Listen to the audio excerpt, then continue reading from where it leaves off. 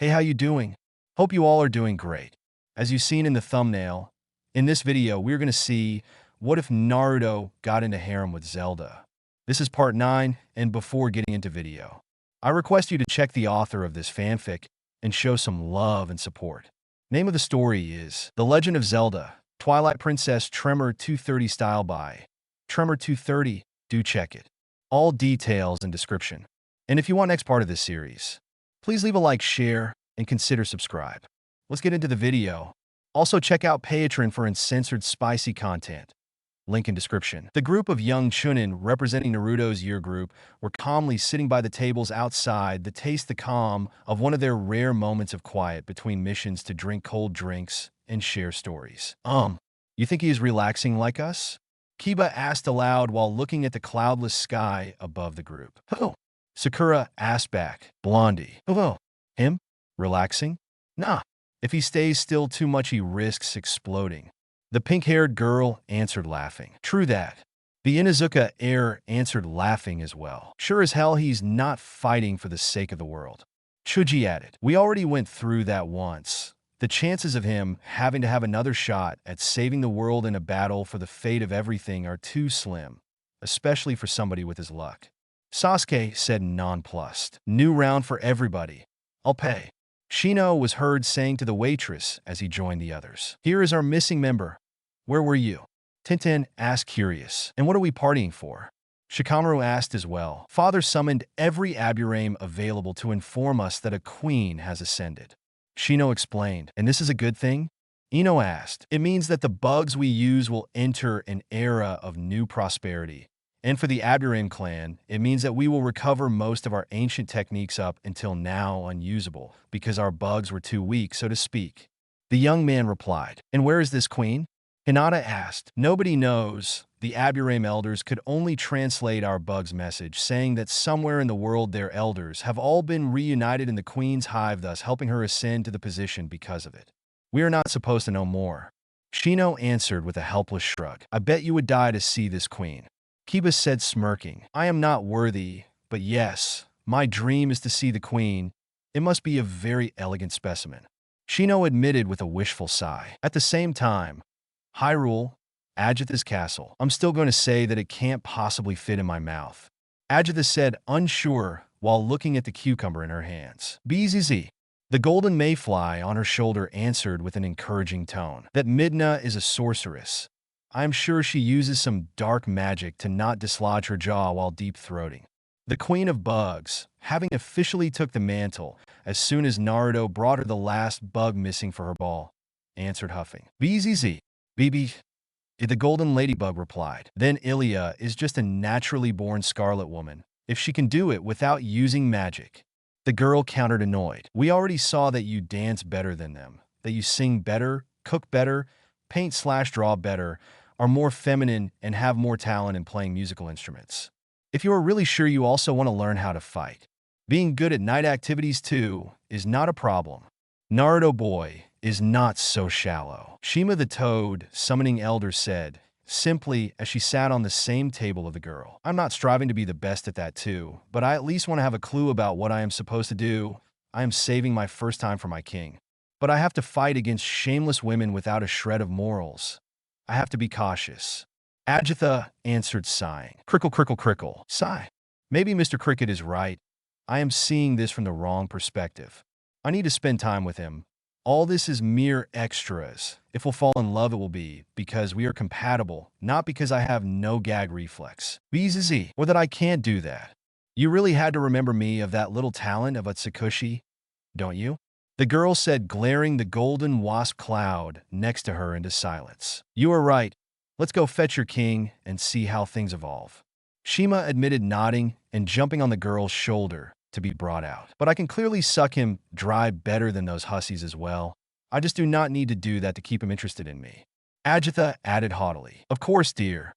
The Toad summon answered, chuckling amused. Some time later, Telma's bar, Hyrule Castletown. The ragtag group of mismatched heroes, Jiraiya the Sannin, Link the spectral gold wolf, Naruto the hero of power, and Midna the heroine of courage, were sitting at the same table in the back of Telma's bar with said woman and Ilya while they watched one of the resistance members, Shad, trafficking with the Dominion rod they had recovered in the Temple of Time in between bouts of fervent reading from the ludicrous mountain of books surrounding him on his own table and his own personal notes. This is simply marvelous, a perfectly preserved relic of the Uka tribe.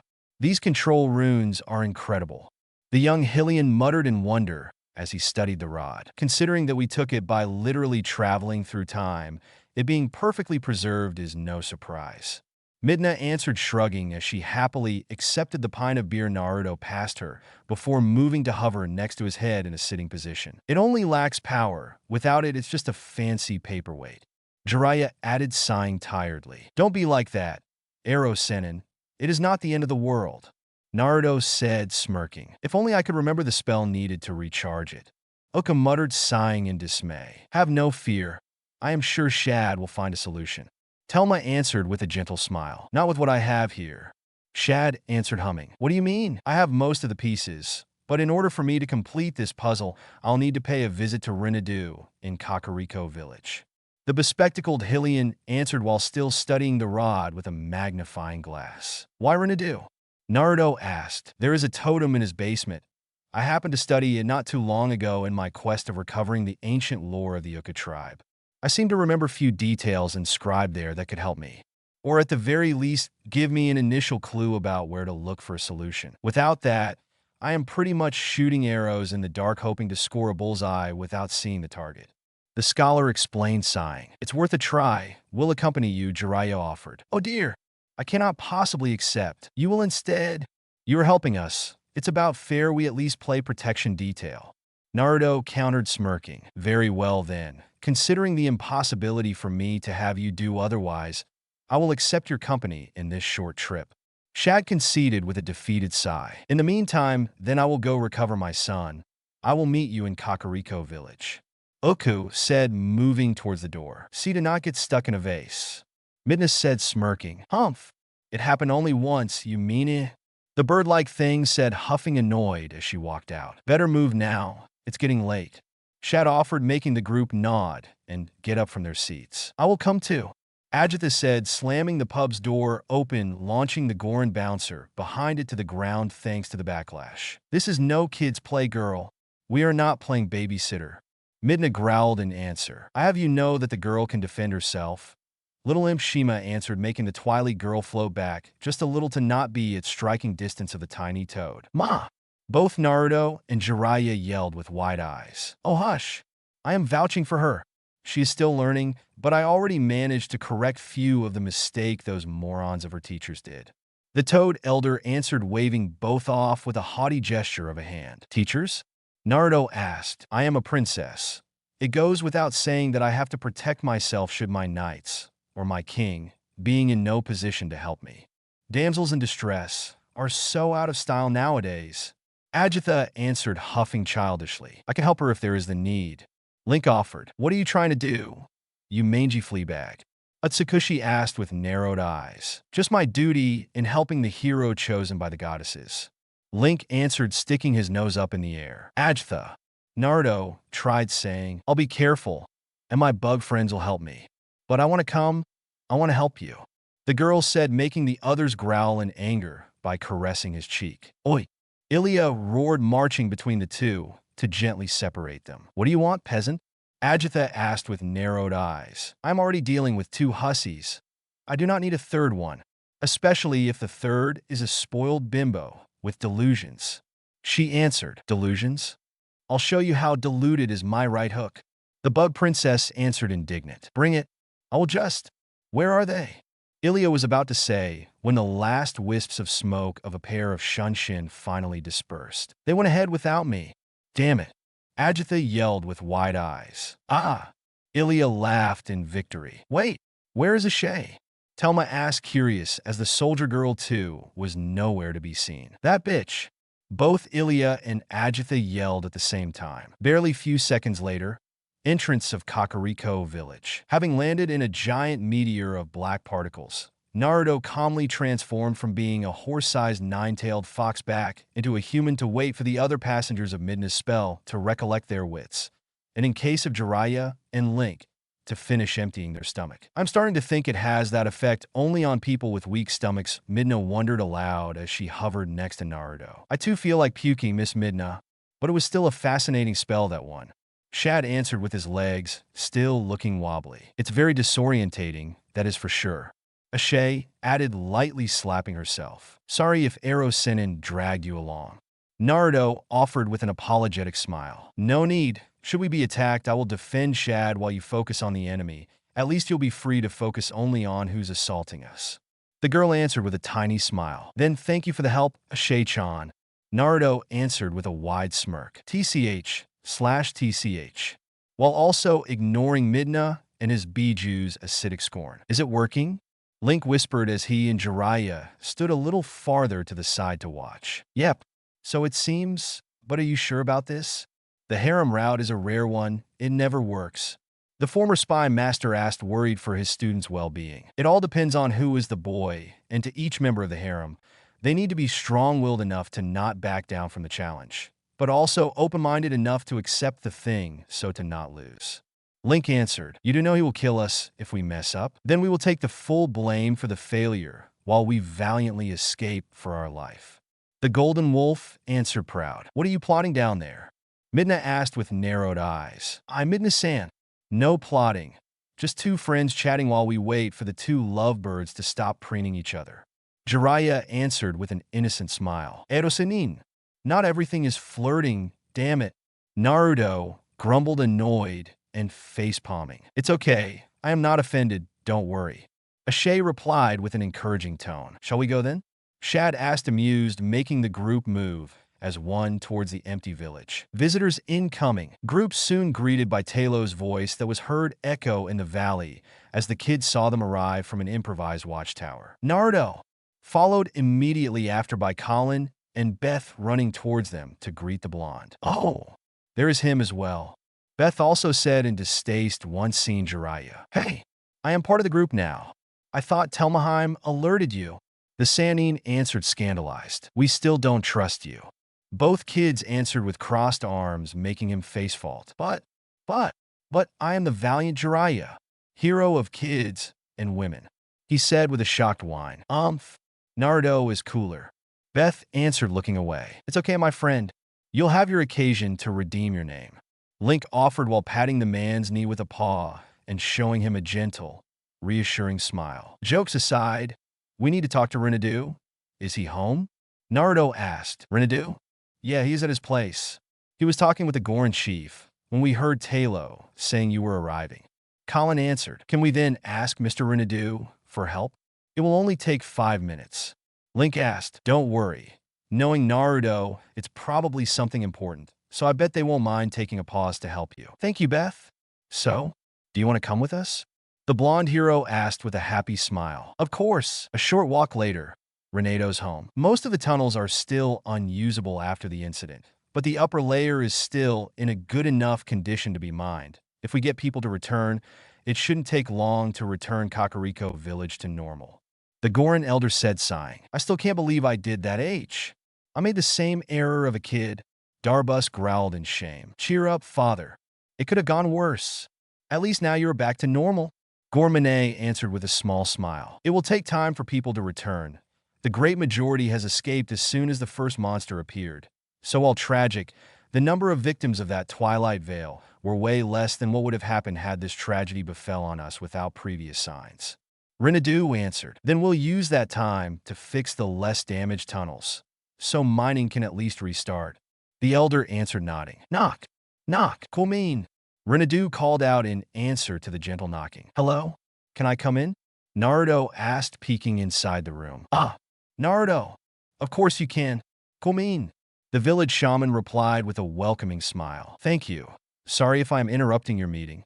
The blonde man offered, sheepish. After what you did for both our people, you bothering us is an impossibility, brother Naragoran. The Goron elder answered, chuckling. And then go? Bwahahaha.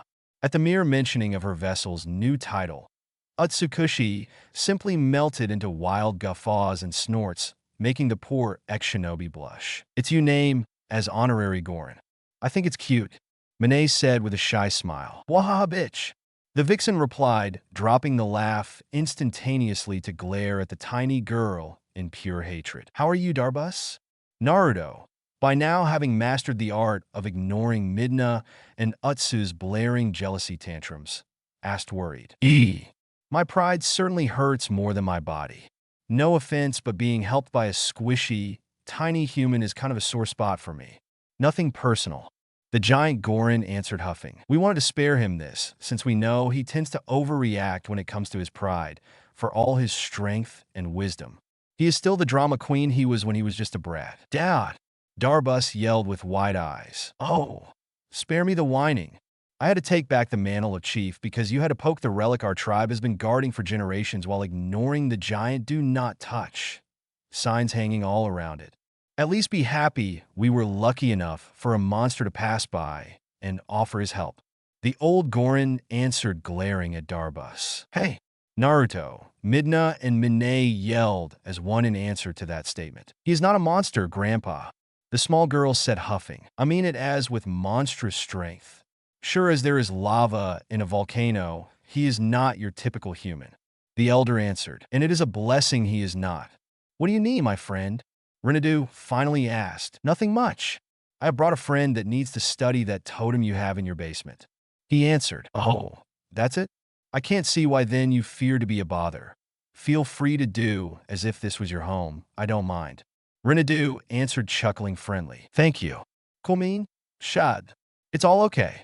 Naruto said aloud to the rest of the group waiting outside. Wonderful. Thank you for giving me this opportunity. Shad said, grateful as he entered the house. Sorry, the intriguac. Jiraiya too was about to enter when Darbus' hand darted forward like a flash to grab the front of the Sanin's clothes and slam him against the wall. You! Hello! The spy master greeted with a forced smile. Don't use a substitution. They will see it as you trying something. Just keep taking deep breaths and explain. The man thought in alarm as he saw literal steam leave Darbus' nose as he exhaled angrily. It's okay. Apparently, Mr. Jiraiya decided to move to Hyrule himself. It seems like Telma convinced him to start a new life here. Rinnedu explained with a calm tone. Feeling way more free, isn't it? Midna whispered, smirking. You have no idea. There are things that should not be considered when intimate. I have limits. The shaman whispered back, shivering at the memories. HN, I still don't trust you, human, but I will relent for now. But mark my words, I will keep my eyes on you. Darbus said, grumbling as he left Jiraiya fall back to his feet. I find this lack of faith in me quite disturbing. Yes? The toad sage answered, huffing annoyed, before looking down at the scowling Monet in front of him. While I am. In answer, the petite girl's leg shot upwards, nailing the spy master on his balls with enough strength to lift him from the floor of almost a foot, making every male in the room cross their legs in reflex, Link comprised. Too much in pain to properly express it, Jiraiya simply grabbed 2 handfuls of his long hair and opened his mouth in a silent scream as he fell to his knees. This is for you trying to kidnap him. And it not that I like him or anything. Monet hissed before walking away to stand next to Naruto. Ouch! Darbus muttered, winching. Well, after such an enlightening display of Gorin power, I will go see if by studying that statue, I will discover something about how to restore the Dominion Rod's power. Shad said, adjusting his glasses and walking towards the basement accompanied by Renado's daughter. The Dominion Rod, you say? Rinnedu asked, curious. Yes? You know something about it? Midna asked back immediately. Not much, but I faintly remember tales of a magical artifact called the Staff of the Heavens. Can it be the same object? The shaman replied. Ah, I heard something about it too in my youth, just tidbits of stories and legends, mind you. The Gorin elder said, humming thoughtful. We actually need to reach the city in the sky that once housed the Yucca tribe. Yes, so maybe that staff can be our ticket to reach it. The imp girl answered, nodding frantically. If the Dominion Rod and the Staff of the Heavens are not the same thing. Naruto added, unsure. If those are 2 names of the same object, or not changes nothing, we still may need it to reach the last shard of the Mirror of Twilight. Midna countered. True that. The blonde boy admitted, shrugging. How can it be that whenever we meet, you are looking for the fragments of something? Rinnedu asked with a small smile. Because my life lately has become a giant fetch quest. The hero of power answered, sighing in dismay. Gah! Be a men, nergrun.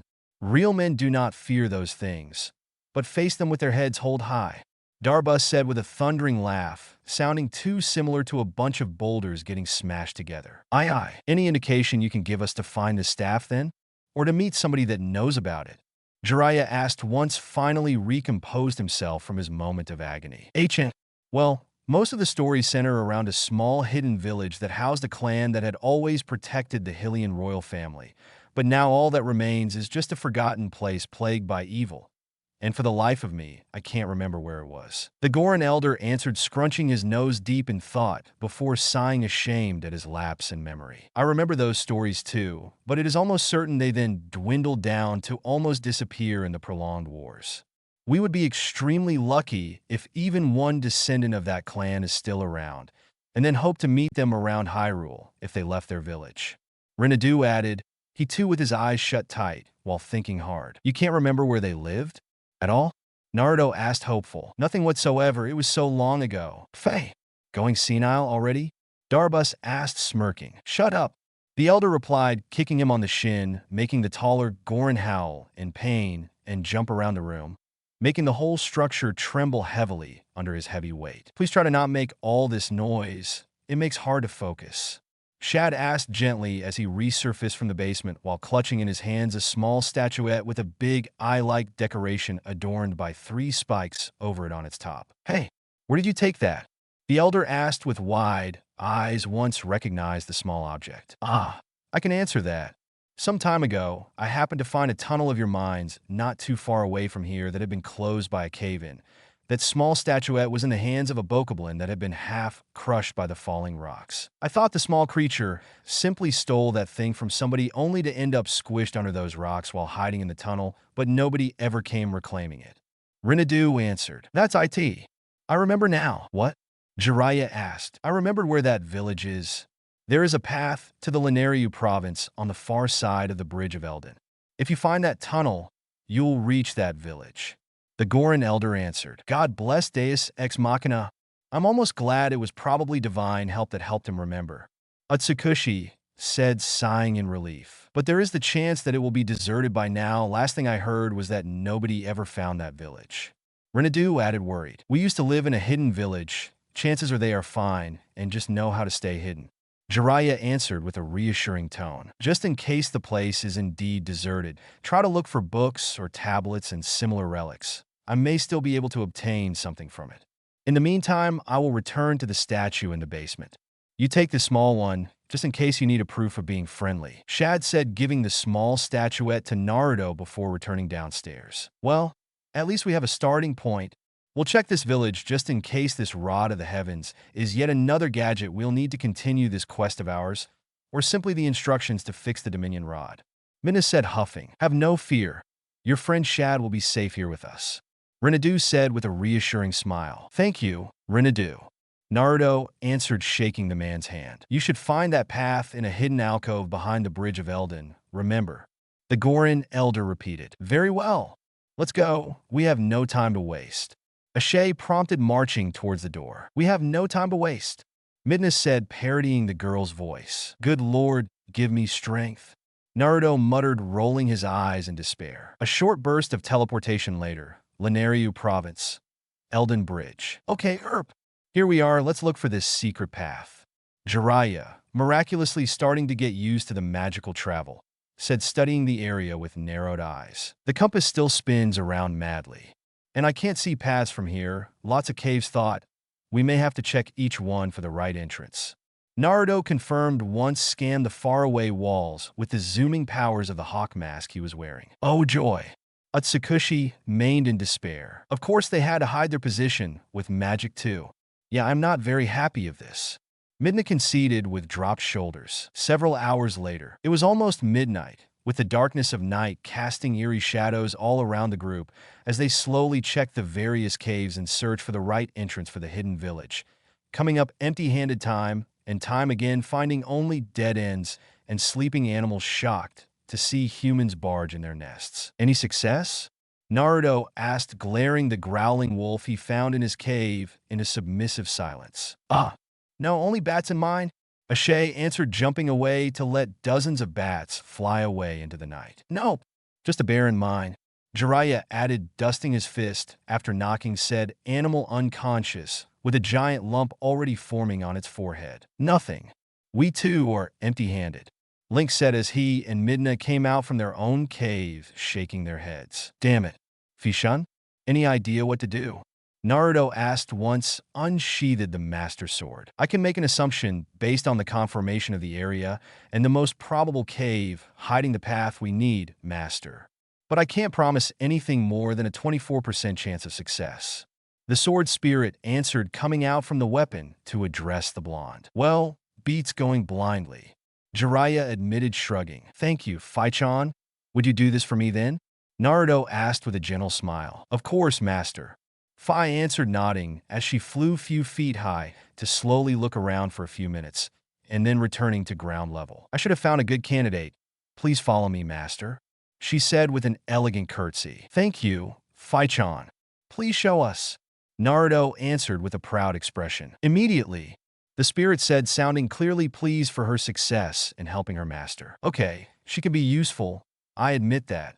Midna admitted, huffing. Just because it was made by the same people that banished your tribe in the Twilight Realm, you can't also blame her. Naruto said with a gentle smile. I know. The girl answered, sighing as she forced him to carry her in his arms. Yeah? Lazy imp, he whispered, chuckling. Swim me. The imp replied, smirking. Oh, what if it was possible? Shut it, fleabag. Impish moron. We can do this, my friend. We can do this.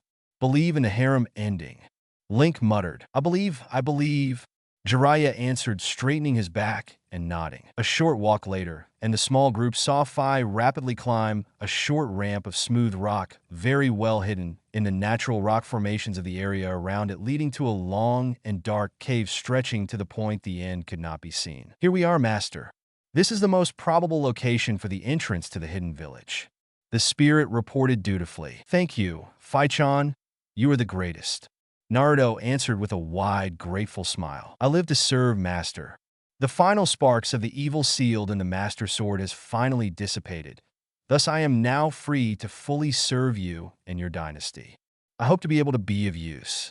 She answered with a deep bow before returning inside the Master Sword. As a friend, Fai-chan. Remember, Naruto answered, smirking. Of course, Lord Naruto. She already switched her title for you. Congratulations. Jiraiya said, clapping his hands mockingly. Sfutop, Erosinin. We must be on the right path. Look, Ashay said as several Boblins showed their weapons and growled in a threatening manner. Yep, that's our welcome party. Jiraiya answered, cracking his knuckles. So we'll have to clean up first. It can't be helped. Naruto added, taking a fighting stance. I'll go check the tunnel in the meantime to see if it is the right one.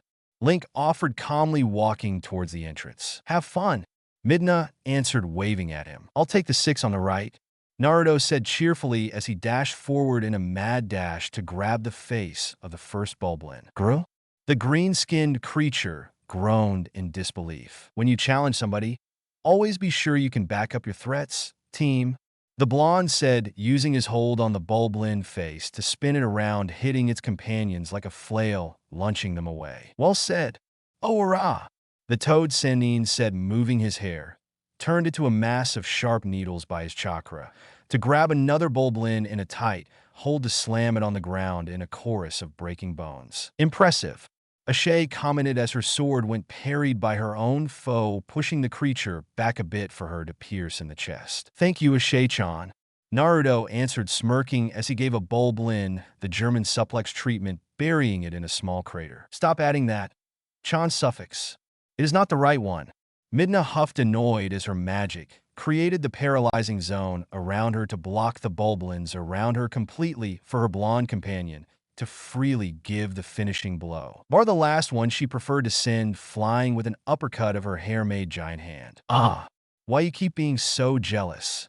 Naruto finally asked, groaning as he dodged a sword swipe and then grabbed the attacker's hand to pull Boblin in a bear hug that reduced the monster's ribs to dust, making it die instantly and burst into smoke-like darkness, just like the others. I don't know actually, but my instincts keep blaring in alarm, as if somebody is plotting against me. Midna answered as she briefly summoned the bow Naruto gave her to turn a fleeing bulblin into a living pincushion. Not me, Utsukushi said immediately while raising both her hands. Not me. Ashe added, stabbing another bulblin on the forehead with her sword before beheading it. Not me. And we can rule Link out too, Naruto said as well. It leaves out Ilya and Midna also said, as both turned around to look at Jiraiya with narrowed eyes. I have no idea what you people are even talking about. The former spy master answered with a perfect, innocent expression as he momentarily stopped stomping down on a monster's head. I'll keep my eyes on you, old pervert. The imp girl replied. Small matters aside, these should have been the last ones, Ashe said, sighing and sheathing her sword as the last bulblin she fought with finally succumbed at the loss of both its arms. Yep. Only one remains, Naruto said as the whole group turned to look at the solitary, trembling bulblin still clutching its sword in front of itself. Boo! Midna whispered coldly once floated at an inch of its face. Crywaya! The green-skinned thing shrieked as it dropped the sword and ran away. Pansy! The Twily imp yelled at its retreating back while looking somehow offended by the retreat. Ah! What a nice workout. I was almost falling asleep from boredom, Jiraiya said with a satisfied smile as he rolled his shoulders a bit, groaning in bliss.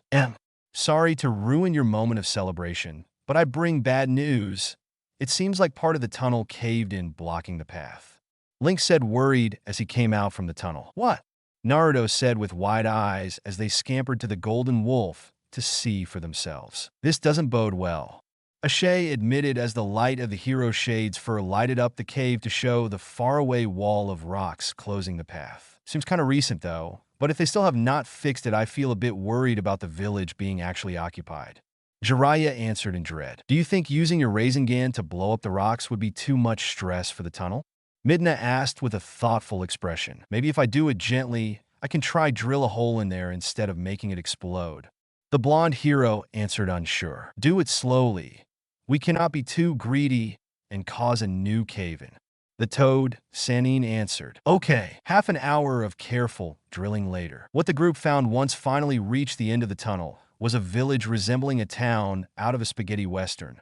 Dusty roads comprised, and numerous bulblins roaming about with few of them patrolling rooftops and windows with their bows always at ready. Nice. The place is abandoned, as we suspected, Jiraiya muttered, grimacing at the sheer feeling of desolation hanging above the place. There must have been long since some humans last walked here, Ashe added. Fee? Naruto asked, making the spirit come out of the sword. Yes, master. Can you tell how many bulblins are around here? Why you ask? Link asked, confused. In answer, the blonde pointed towards the house farther from the entrance, and at the small old woman peeking through the window from behind the curtains. So there is still somebody here, but unless we remove those things, they won't come out, Midna muttered in realization. Yep, there are exactly 20 bulblins in this area, master, Fi declared after a short pause. Good. Thank you, Fi-chan, Naruto answered, watching the spirit return into the sword. Any plan? Link asked. Got any experience in silent killing? If even just one of them spot us, the others will attack as well, and we can't risk whoever is in there to come to harm from stray attacks or dick moves, Jiraiya explained. Under normal circumstances, me and Naruto would be enough, but we cannot know if that woman is alone or with one of them inside, as well holding her hostage. Bulblins aren't usually that smart, Midna countered. Yes, but they have also lost their leader. Without somebody behind controlling them, we can't risk them acting on impulses at the minimum signal of danger, Link answered. Okay, then let's split. We'll coordinate our attacks to cover each other from being seen. Do you trust your aim with that bow? Please, Naruto. I know what I am doing, Midna answered, smirking and summoning the bow next to her in a snapping of her fingers to let it float next to her with an arrow already cocked back. Okay, team. We can go then, scatter, Jiraiya whispered, making the group break up to start their assault. Meanwhile, inside the house. Ooh, goddesses. Holy spirits of Hyrule, please spare my life. The short old woman, the lonely occupant of the house and last human in the village, once again sent her prayers to the sky as she kept hearing the grunts of her captors. Proud Farour, mother of all the courageous, help me face this fear plaguing me, She begged in tears as she kept trailing with her ears the paths each Bulblin kept going through around the town they had captured for themselves. Great Nereu, goddess of the wises, give me a sign my life will be spared from this hardship. As the minutes clicked, the old woman once again started fearing for the moment those monsters would barge in to demand food. Mighty Din, goddess of the strong, help me find the strength to escape my captors. As soon as deep and absolute silence fell outside, her heart sank in deep despair as she could not hear a thing anymore. A new development her poor heart could not bear for what it would probably mean. Oh, holy goddesses of Hyrule, please, give me a sign. The old lady begged, screwing her eyes tight. It was then she felt a warm hand grab her shoulder in a gentle hold that had her eyes snap open. You okay, Grandma? The voice was warm and gentle, like the sun of spring, and she could almost feel the gentle smile behind those words. When she dared to turn around, she saw a young man with blonde hair the color of gold and sapphire eyes looking at her with a small smile standing behind her with a relaxed posture. Who are you? The woman asked weakly. Name's Naruto, Grandma. Me and the others came to save you. He answered simply. His smile now had turned more mischievous, almost comical with his whiskers marks, giving it a more animal-like appearances. Others? She repeated, confused. Me and my friends, I sneaked inside from one of the back windows just in case there was a Bulblin inside with you. And those monsters? Gone. He replied, chuckling. Impossible. The woman muttered, unlocking the door and checking outside. Hello there. Sorry the intrusion, Jiraiya said with a small bow, as soon as the woman walked outside to meet him and the others. The howls of the beasts. They really faded into silence.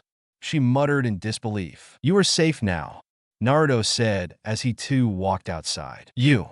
Who are you? The old lady asked. I am Naruto, Grandma. He answered, amused. You must be the savior the goddesses sent to help me. A savior even? And even then we help too. Midna answered, laughing. I am Impaz. I am the last resident of this poor village. My name comes from the great one who built this village so long ago. Nice to meet you, Grandma Impaz. But what is this place? Naruto asked. This village was once the secret home of a proud tribe that served the royal family. But it fell into decline and became infested with dangerous beasts. It's become an awful place. Impaz answered, sighing. Awful? I don't know, I think this is still a nice village. It only needs some fixing. Jiraiya replied with a comforting smile. If only some fixing was all it takes, dear. The old lady answered with a sad smile on her face. But forgive me for asking. Can you show me your eyes, dear? She then asked Naruto. My eyes, Grandma. He answered, kneeling down to be at eye level with the short woman. I saw similar eyes. In my dreams. In the sleepless nights where I prayed to the goddesses to be saved from my captivity, I remembered seeing a sacred beast with these very same eyes coming to my rescue. Impaz said, unsure. This kind of beast? Midna asked, whispering something to Naruto, making him turn into a nine-tailed fox. Whoa! Inciting a burst of surprise from Jiraiya and Ashe. It was you. Impaz muttered, caressing the blonde's head in disbelief. Sometimes prayers do get an answer. Link answered, proud. Are you ready to go? We'll take you somewhere safer. Naruto said, returning human. I am sorry, but by royal order, I can't leave this place until a certain person arrives, no matter what terrible fates is visited upon it. I must stay here. Oh, but do not listen to me blather on. It is not important. Impaz answered. It is instead, who is this person? We could bring them here. Ashe asked, making the other's head snap to look at her. Sigh. Okay. Yes, we will. Naruto said, sighing. Thank you. I just know that the legends called them the messenger to the heavens and that I would have recognized them thanks to the sacred rod in their possession. She answered, hopeful. Sacred rod? Can it be the Dominion rod? Midna whispered, unsure. Impaz, do you by chance know something about the Dominion rod? Naruto asked, curious. The Dominion? You have it? Or you know the person who does? Impaz asked, hopeful. We have it, and we need help in making it recover its magic. Also, does this belong to you? The blonde said, showing the small statuette. Oh, you found it. My mother's memento. It used to be a relic of the village founder my family kept safe.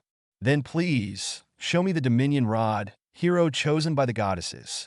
Impaz asked with hopeful eyes. To be honest, we left it to Shad, Jiraiya answered with a weak smile. Sigh.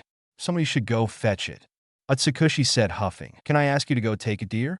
The old lady asked. Fine. Fine. I'll go take it. The former spy master grumbled as he walked away. While we wait, are you hungry, dear? It's almost time for supper, and you look like somebody that needs something warm to fill their stomach. Impaz offered with a kind smile. I don't want to impose. Naruto answered unsure. No sense.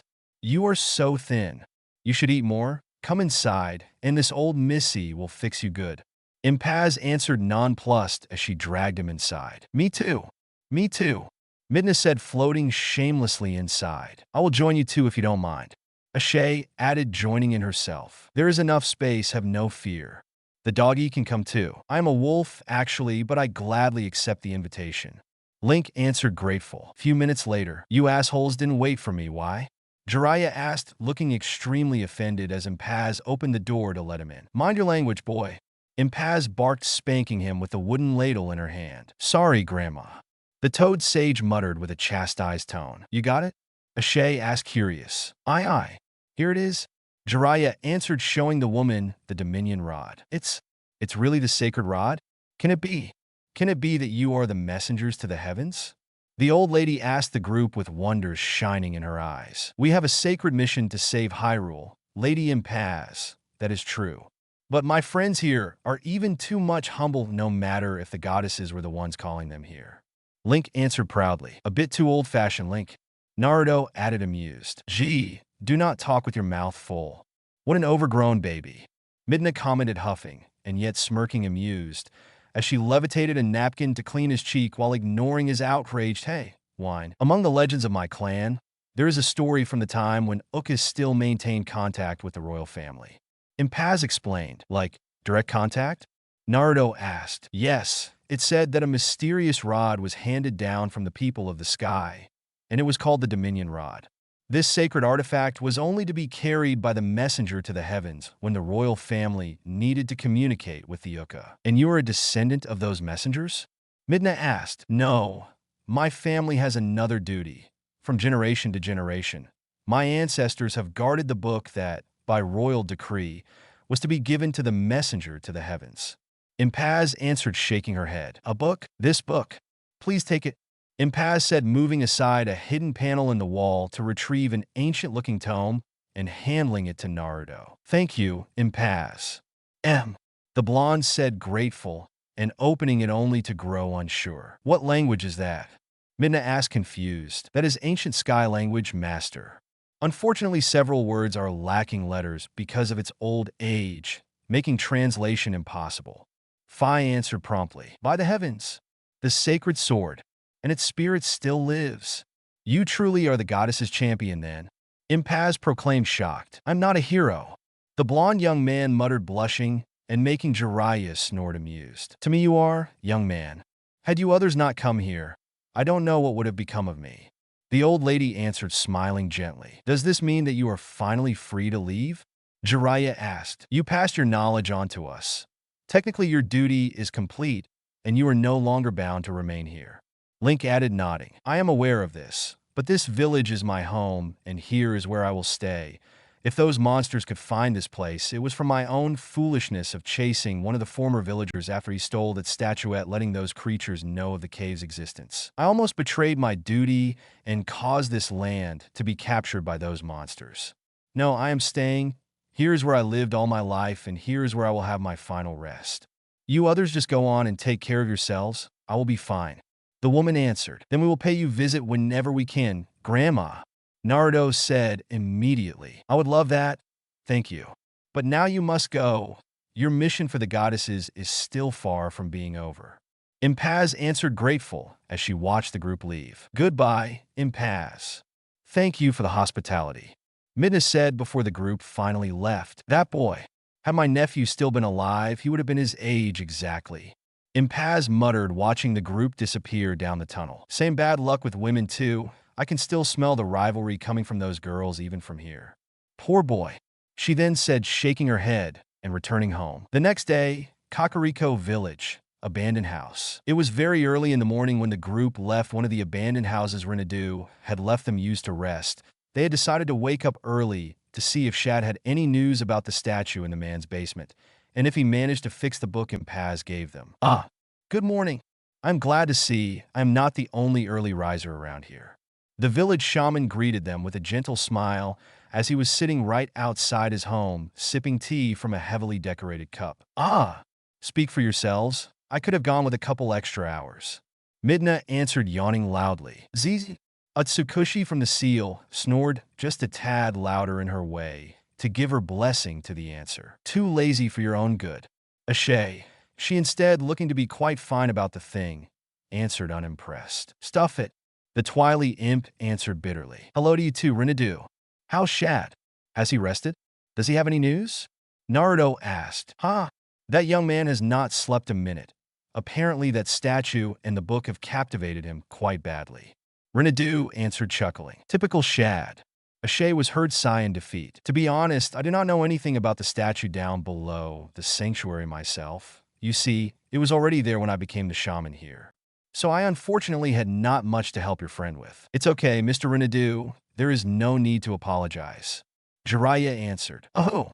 The man replied. Why nobody trusts me?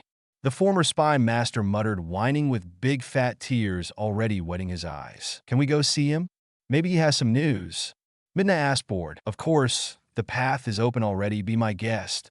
Rinadu answered, nodding. Thank you. Rinadu. Naruto replied, grateful. Deep under the sanctuary. Ooh. This is actually a modified Gorin rune.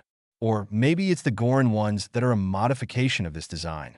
Shad's odd voice was heard echo in the underground chamber as the young man kept fervently studying the giant statue in front of himself under the light of several torches. You already wear glasses, Shad.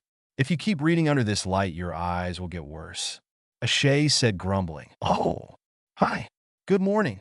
Shad answered, surprised as he greeted the group. You shouldn't pull an all-nighter, Shad. Naruto said, worried. There is no need to worry. I'm used to a bit of overwork sometimes. It is not the norm, but I sometimes find impossible to actually pause because there is not always a point where you can pause and say, I will continue tomorrow. Shad answered shyly. Was it at least worth it? Midna asked. Quite a lot, actually, Miss Midna. Do you others remember what I told you about the legend of the sky beings known as the Uka? Well, as I studied that Dominion rod of yours, I remembered about something that used to bother me when I firstly discovered this sanctuary, so I decided to snoop about and see if my suspects were right. The studious Hylian answered, excited. So, our presenting you the rod actually helped? Link asked, amused. Immensely. Really? Your timing couldn't be better, as I was starting to lose hope. You don't say. Naruto muttered, amused, unknowingly making Din, Neru, and Faror smile sheepishly at the hidden implications. So, what did you learn? Jiraiya asked. See this statue? It's the same as the one in the manuscripts my dear father left me. There are actually many similar statues around Hyrule, but this one always seemed to be different. Here, look at the belly. There's something written there. You see? He explained. Yeah, very interesting. Jiraiya answered, sounding extremely confused, while Naruto didn't even try to hide his being lost. Yes, I forgot you're not Hylian. I am sorry. I'll explain. I confronted those writings with the book you gave me yesterday, and both are written in sky writing. And with the book, I was able to decipher the text. Awaken us with the word that breaks the seal. It seems to be instructions about the statue's function. Shad said, amused. What does it have to do with the Dominion rod? Midna asked. I am pretty sure that relic has something to do with the word that breaks the seal. If only I could translate this. Shad said with a half whine. If I can be of help, should you fix the missing text in the book, I would then be able to translate the word to unlock the seal. Phi said, coming out of the sword. Amazing. A real enchantment of sentience. One of the many lost arts of the ancient civilization. Can I study it for a moment? Shad said, ecstatic. Pervert. In answer, surprisingly, Phi screeched and slapped Shad hard with the part of her dress covering where her arms would have been, if she had any. Okay, maybe I deserve that. Shad replied, adjusting his glasses while his cheek was already turning red. Small moment aside, can you fix those pages, please? The others we can wait for, but the ones detailing that word are kind of important.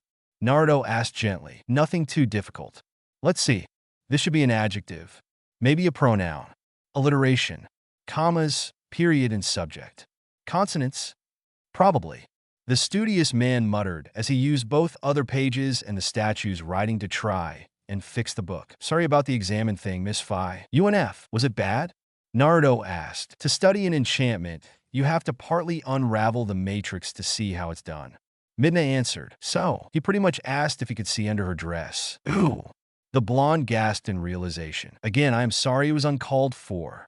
Shad replied as he returned the book to Naruto. Try like this, I should have fixed it well enough. Fishan? As you wish, Lord Naruto.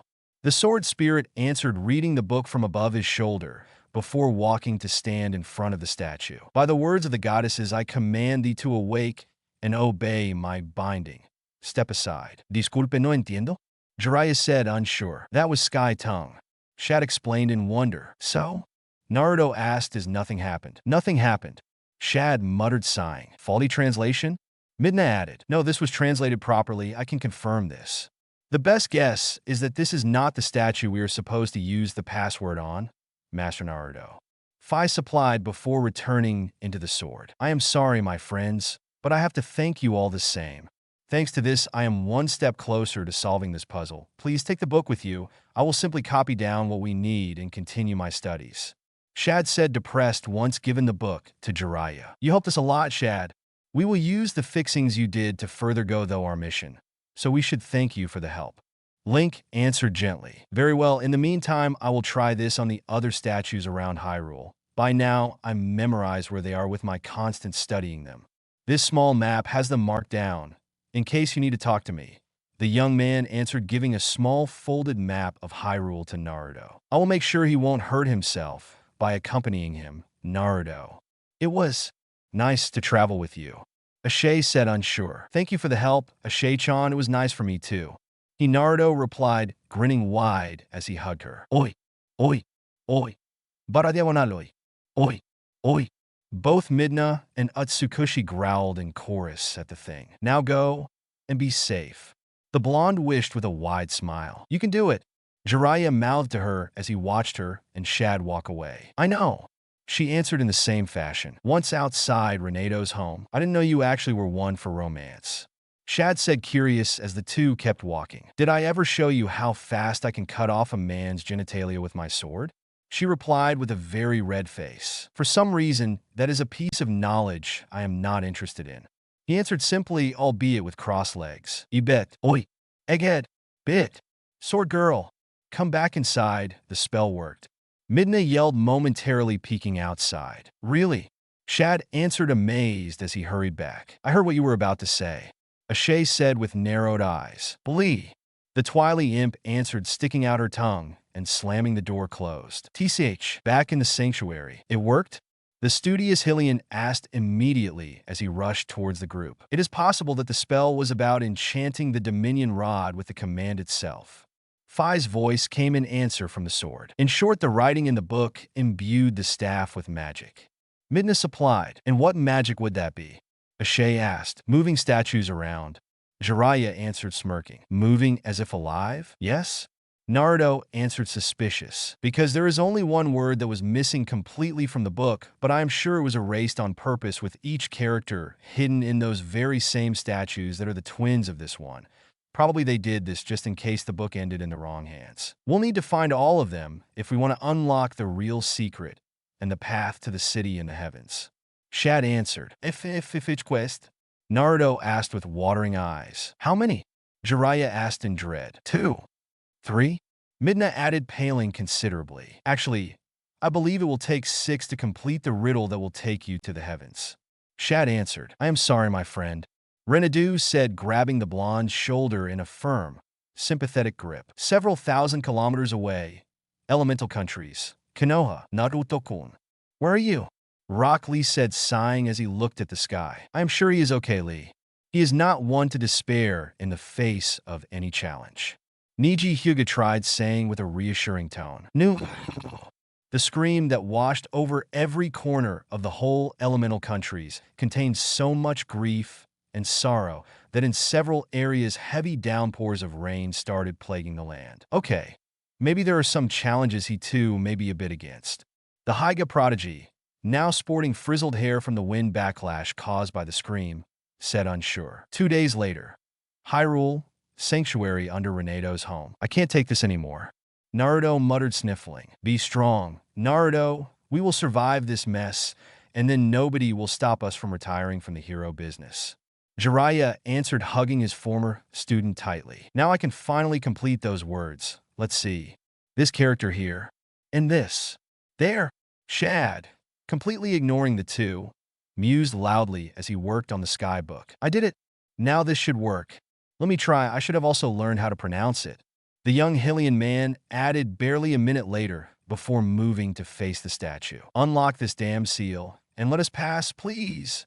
This farce is taking even too long. I wonder what's the translation of this, though. It's a dialect I am not familiar with. Merely a command of unlocking. Fiansoed deregrek. Something more, isn't it? Atsukushi asked discreetly. I would prefer to not translate it, as it contains explicit threats about the statue's well-being should it not move as commanded. Fiansoed. Oh! Both shinobi muttered, barely an instant after Shad's voice finished echoing in the underground room. A plaque on the front of the lone statue lighted up in green light to then dissolve into ashes. Ah! Now it has become like the other statues. Shad said, amazed. It means that the rod will finally work on it. Oko said, ecstatic as she and her son finally joined the group. Glad you could join us. What the fuck is that? Jiraiya yelled with wide eyes while pointing at the small baby face with wings accompanying the Uka. This is Uko Jr., my beautiful baby. Isn't he the most beautiful thing ever? If you usually have nightmares, yes, you get used enough to call that thing cute. Atsukushi answered, grimacing, luckily unheard by the small thing. He has his mother's eyes, Naruto said with a forced smile. He does, isn't he? Cool. The small thing gurgled happily. Try using the rod on the statue now. Midna asked rapidly. Yup. The toad sage obeyed, using the Dominion rod to move the statue aside to show a long, dark hallway crudely cut into the rock. Oh! Prompting an odd call of wonder from Shad. A ce passage? Leading where? Rinnedu asked, shocked, rapidly taking a torch from the wall to light the passage. Let's see where it brings. The shaman said, immediately entering the passage. This looks ancient, Naruto commented as he kept seeing thick spiderwebs everywhere. By the looks of it, it may be even older than the village itself. Shad explained as his own torch added further light. I can only smell dust. We are the only ones here, Link said, still sniffling the air. It's a minor relief, Midna answered before falling silent. Is that a giant cannon?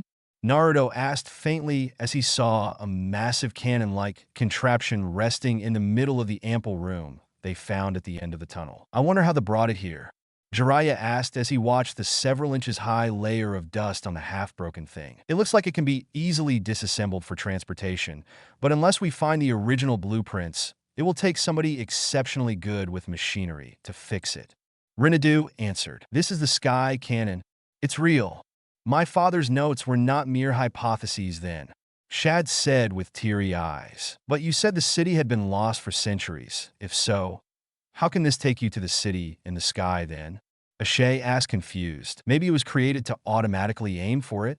Naruto answered, shrugging. The problem will be taking this out. We can't disassemble it ourselves. After centuries of disuse, we risk breaking it. Shad muttered, worried. I'll take care of that.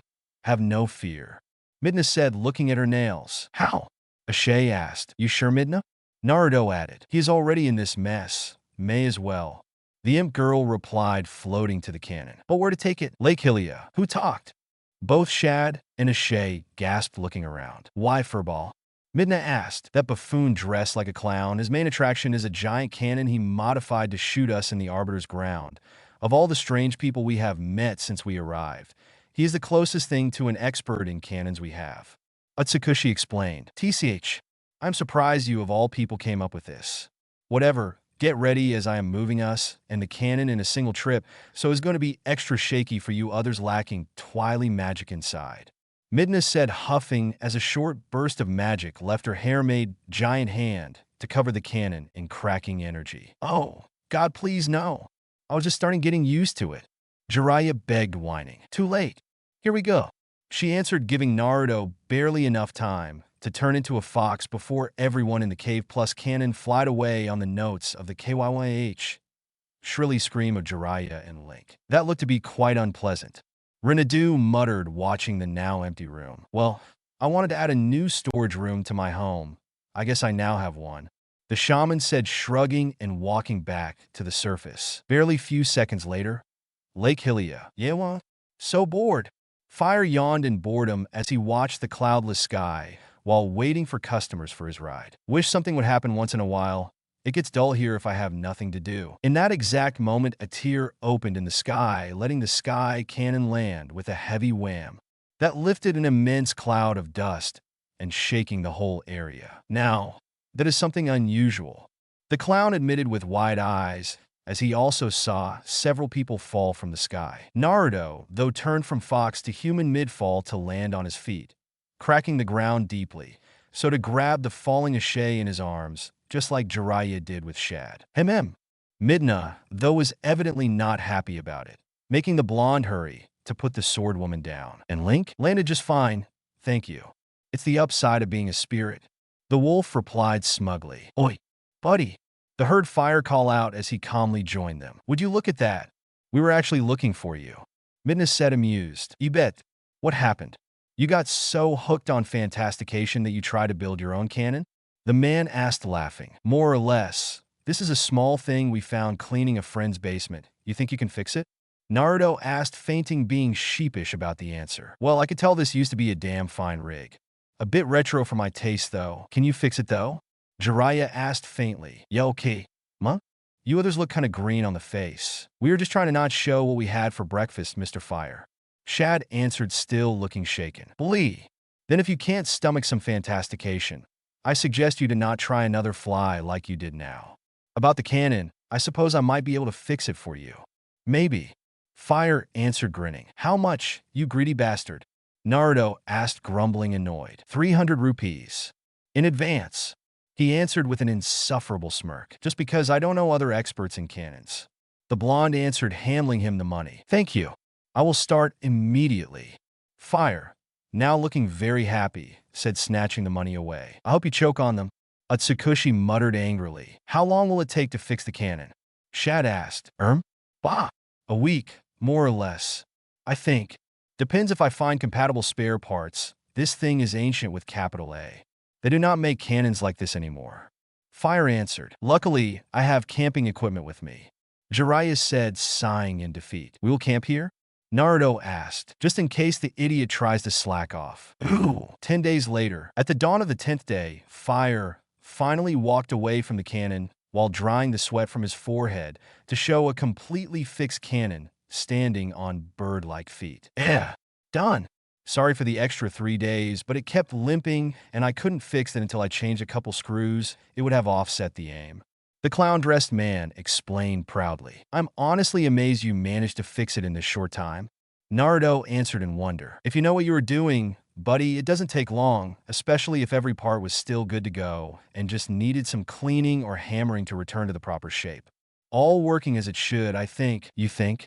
Midna asked with narrowed eyes. No blueprints. I have no idea what else it should be doing besides shooting stuff from point A to point B. There were a lot of extra parts. Fire answered, nonplussed. Still, you did a wonderful job. Jiraiya confirmed once sealed away the camping equipment. Thanks. If you find another of this, give me a holler. They may look like junk, but those things got some powerful innards. I may use a few to make mine get some extra kick. If we get our hands on another, we will tell you. Midna answered, uninterested. Just be careful when you use this, or you're going to be knocking on the door to the heavens with this. Seriously, it doesn't play around. Now, excuse me, but I have to return to work before my partner starts whining about me leaving. Fire said as he walked away. Would you look at that? We kind of want to reach the heavens. Jiraiya whispered, chuckling, making the others snort amused. You sure you want to come along? Naruto asked. This may be the chance I have been waiting for my whole life. It would mean giving an answer to the work of my father. Shad answered. Scared? A little bit, to be honest. I will accompany you, so you won't have to worry about him. Like that you'll focus solely on finding that mirror shard you talked about. Ashe offered. Thank you. And you, Oku? Are you and your son ready? Jiraiya asked to the bird thing poking from the front of his clothes. Yes, dear. I am coming too. A new voice yelled. Ajitha? Naruto said with wide eyes. Mothra. Jiraiya echoed behind him. What? The giant moth she is riding. The toad Sanine said with starry eyes. What's that? I do not pretend from you to catch the reference, but still, that's a movie from my childhood. The Sanine answered huffing. They had already invented movies when you were young? Naruto asked smirking. You brat. No punching. Thank you. Midna hissed in answer as her magic blocked the man's fist before it could connect with the blonde's forehead. I want to come too. Agitha said again as the giant moth landed in front of the group to let her descend. Why? And where did you get that thing? Naruto asked. Because like this we'll know each other better. And as a princess, I too have every right to possess a noble steed. Isn't she pretty? The girl answered. Well, the pink bow on its head kinda is. The problem will be fit everybody in that cannon. Shad commented. We can split in 2 groups. Ashay answered. She won't come. Midna said with crossed arms. I will. Agita answered. This is no picnic, girl. As if you were the super warrior. At least I can use magic. My bugs can aid me well enough. Thank you. But you are annoying, and no bugs will fix that. They have took you along just fine. And your personality leaves a lot to be desired. Spoiled baby. Midna roared. Stuck up fool. Agita countered. If the goddesses really exist, please strike me down and put an end to my misery. Please. Naruto begged, making Jiraiya pat his back while shaking his head. My poor hero of power. Why can't I personally cheer up your broken spirit? Din wept in answer to her beloved chosen hero's despair, making her sister's facepalm annoyed at the whole situation. Make the art of chilling. And cut. We have done, guys. That's it for today. Thank God. Naruto answered with his shoulders slumping down slightly. And with this we are at 14 episodes? Jiraiya asked, lighting a cigarette. 15, counting the intro. Midna answered, taking away her stone crown to scratch her covered eye. Who was the genius that decided to make a show of our adventures here in Hyrule? The blonde asked. Zelda mostly, and on paper it was a nice one. A new voice answered as a red-haired woman joined the scene. On paper. In truth, redoing everything is a pain in the ass. Naruto answered, groaning as he gladly accepted the towel Utsukushi gave him. Sales say otherwise. People are loving the show. The director answered. Does he ever put down that mic? Agitha asked, whispering. I never saw him without, to be honest. Ashay answered, unsure. Relax for today. Tomorrow we'll start working on the next episode. And somebody bring me my cherry gummy bears. I cannot create masterpieces without my cherry gummy bears. I want them now. The director bellowed, shrieking as he left for his caravan, and slamming its door closed hard enough to almost have the TR letters on it fall down. The group could only sweat drop at witnessing that childish tantrum. Well, I don't know you, but I need a shower and a nice steak, so I'll pay a visit to Telmaheim.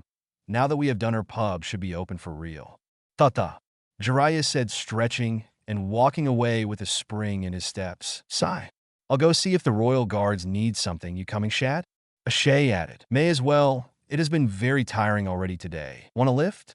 Agitha offered, pointing at the giant moth. If you don't mind. Both answered, climbing on the giant creature. What now? Naruto asked aloud, as only him and both Midna and Utsukuchi remained in the clearing once crew and everybody else left. I may have an idea, but it will need a quiet place where nobody will come disturb us. The imp girl offered with a fanged smile. Water temple? Naruto offered. Water temple. Utsukushi confirmed, nodding. Good. We'll perform the ancient Twilight ritual known as Netflix and chill. The Twilight Princess proclaimed proudly. Several hours later, Water Temple. So, a break room, Naruto said, looking around the room. Yep, you know, call me a hypocrite for saying this after doing what we did, but I feel bad for using this place too. You know, chill? The blonde asked, smirking. If ever, we did everything except chilling. I know, that is why I proposed this room. It's soundproof so your howling cannot be heard. Midna answered, smirking. I do not howl. Well, not always. It depends on the situation. The Bijun human body answered, scandalized and with a red face. Be as it may, we could as well turn on the TV for real, at least to save face. True. The two girls answered, shrugging. It was halfway through the kind of bland action/romance flick they were watching, with Midna sitting on Naruto's lap and Utsukushi half lying on the sofa and with her head on his shoulder, that the door opened again. Oh, right. The temples are interconnected between the worlds. I forgot about the downside of summoning this place inside one of them. Midna said, slapping her forehead annoyed. I was damn cute at that age. No shit. By now I used to see a lot of strange things. Naruto barely looked amused at seeing a younger version of himself enter the place accompanied by two other girls. Naruto, am I going mad, or are there now two of you? One of the girls asked, her neck threatening to snap as her head jerked from her version of Naruto to the adult one rapidly. You both? Naruto answered unsure while staring at his doppelganger. Poor bastard, if this surprises him. I pity him for what he will soon face. The older one of the two thought in dismay. Relax, you aren't going crazy. Midna answered with a loud giggle as she grabbed a plate of pizza with a giant hand that formed from her hair. Oh really? Then maybe you can fucking explain why there are now two of my fiancé. The other girl with young. Naruto growled in answer and earning herself an annoyed glare from Saria. Huh, I knew it. No matter what world you're in, you always end up in some kind of love triangle. Utsukushi said with a chuckle before sending both blondes a sultry look as she licked her lips. Makes me wonder if this version of you is just as hung. Of all the people I have to share a man, I had to choose a pervert. Midna grumbled unheard, pinching the bridge of her nose. You never change, Utsukushi-chan. The older Naruto muttered in exasperation with a facepalm while everyone else in the room blushed heavily. Sorry about that. She really likes to tease people. Clearing his throat loudly, he turned back to the new group with an awkward chuckle. She is just a nymphomaniac. Midna added with a low grumble. Hey, I am being completely serious here. Utsukushi countered. By the way, the blonde yelled, covering both girls' words by talking slightly louder. I'm sure you have a lot of questions, and we'll do our best to answer them. But for now, allow me to welcome you all to the break room. The what? The green-haired girl asked. In short, we just finished saving Hyrule and are filming a complete redoing of the whole adventure into an episodic show. Midna explained, our friend here used her Twily magic to summon this place. We didn't know a door would have popped up in your temple too, though. Utsukushi added, sounds cool. Young Naruto answered amazed. Quite. So if you see a door like this, feel free to pass by. We don't mind some company. So we can join? Saria asked Kyusher. Be our guest. The sofa is big enough. The older blonde answered, chuckling. Thanks. What are those stains on the ceiling? The three heroes of Twilight snorted amused while flashing S-trio of smug grins. No. Fucking. Way. You did it while upside down on the ceiling? Ruto gasped amazed. Ninjas do it better. Midna answered shivering. You mean, with both at the same time? Young Naruto asked. You have a long way to go. Young me? The boy's older version answered, patting his head. Stop ogling the red-haired one. Ruto shrieked furious, making her blonde companion blush, and look away from the extremely daring cut of Utsukushi's dress, showing almost completely her long and smooth legs. You always had good tastes, even as a kid. The Biju commented amused. Contain yourself, furball. Midna answered, sighing annoyed. My legs are not bad either. Saria muttered unsure as she looked at her own legs in doubt. The heavy steps of the towering form of Ganondorf echoed dully in the almost deserted palace as he walked with a brisk pace towards the lonely tower he knew was housing the disgraced Princess Zelda. And the warlord snarl of fury was making it clear that anything standing on his path would be torn asunder by the angry Dark Lord, making the Gerudo's servants hurry to move aside so to let him pass. I know there must be her behind this. Who else would have asked for help to those pitiful, so-called goddesses to take away my Triforce shard? She finally stood so low to ask for divine help. And those fools obliged, Ganondorf bellowed, kicking down the door.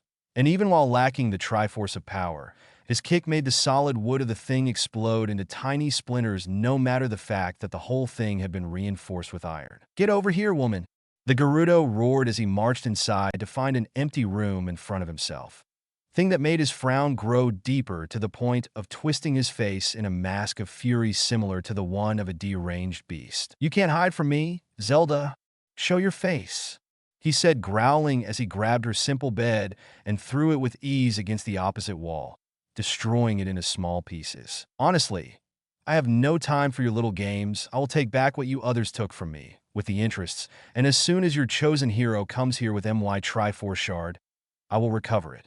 along eating his heart in front of your eyes. Ganondorf hissed as he walked with uncaring heavy steps on the woman's secret stash of magazines that was hidden under the bed. Like bisexuality in you. How to cope with it and score the threesome of your dreams with the boys and girls you fancy. In cute maid outfits through the ages. Dress them pretty before undressing them hungrily. Or so you think you masturbate to pretty girls and boys. 10 easy steps to know if you are doing it the right way. Bisex Princesses Edition. I promise you it won't hurt. I will just tear away from your soul the triforce of wisdom, so to strengthen the few sparks of power those pathetic goddesses left me with just to humiliate me. You won't feel a thing, as I will simply tear your soul apart. The Gerudo said with a mocking gentle tone, as he teared open Zelda's closet to find only her clothes inside, and her collection of adult-hugging pillows and the ownership papers for the new bathhouse down in Hyrule Castletown she took from Jiraiya in its secret compartment. TCH. So be it. I will play your game and hunt you down, little rat. Ganondorf uttered in distaste as he marched outside, ready to hunt the escaping Zelda through the castle himself. Luckily, he didn't come across Zelda's secret collection of pictographs she took in the maid's changing room while the girls were changing. She would be especially saddened had those been ruined as well. Be quick, Midna! Naruto! The fate of Hyrule rests in your hands. Zelda thought in alarm as she sneaked away unseen by the various monsters patrolling the corridors. Meanwhile, city in the sky, landing pool. Yeah. A chorus of voices filled the sky as several people fell from a great height to center. With astounding precision, the small pool of water acting as landing point and entrance to the city in the sky of the Uka tribe. Splay away awash. Fwawa. Is everybody okay? Naruto asked, gasping for air, as soon as he re-emerged. Splay away awash. Splay away awash. Gwa. Good God, what a trip. I almost prefer Midna-san's spell. Jiraiya gasped as he too climbed out of the pool on shaking legs. I'll take that as a compliment. Midna answered, coming out from the blonde shadow, just in time to see Shad, Agatha, and Ashe land in the water right after them. All of them could not fit inside the cannon all at once, so they had divided into two groups to be shot towards the city. And as for Link the Wolf Ghost, he used a different method altogether. Here I am. I brought here your giant friend, Miss Agatha.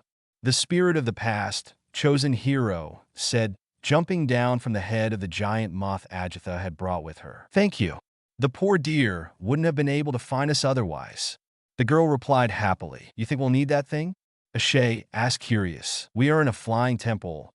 We may need help to traverse the thing, so she can fly us around, and while we are inside, she will follow us by clinging to the walls outside. So if we need, she will be always ready to help. Agatha explained, proud. Well, thank you then, Agatha-chan. Naruto answered, grateful. Hi. Doesn't it mean I deserve a reward? Like a kiss. She answered, giggling. What about instead you jump down the city? Utsukushi answered with narrowed eyes. That is a mean thing to say, Miss Utsu. Crap. She heard me. And my name is not Utsu. I made sure everybody hears you, furball. Midna explained simply. I still can't believe there is another entity sealed inside you. Shad said, looking at Naruto's stomach where the fox seal was. I even left you study it while we waited for the cannon to be ready. What's still so hard to believe? The blonde man replied, chuckling, as he simply patted Agatha on the head. So to make her happy without pissing off Midna and Utsukushi too much, because it is such a different brand of magic.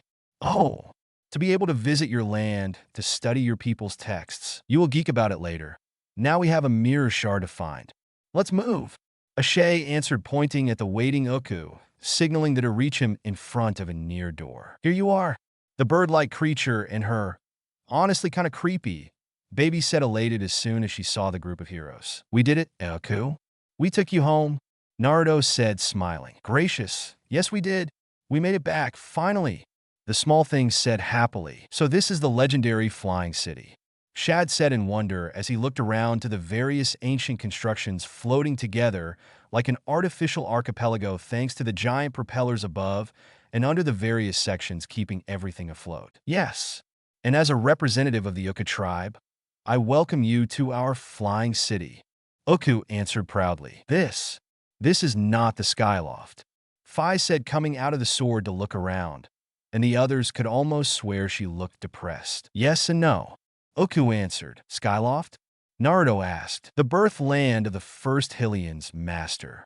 The land that housed the ancestors of the people of Hyrule. In my previous resting place.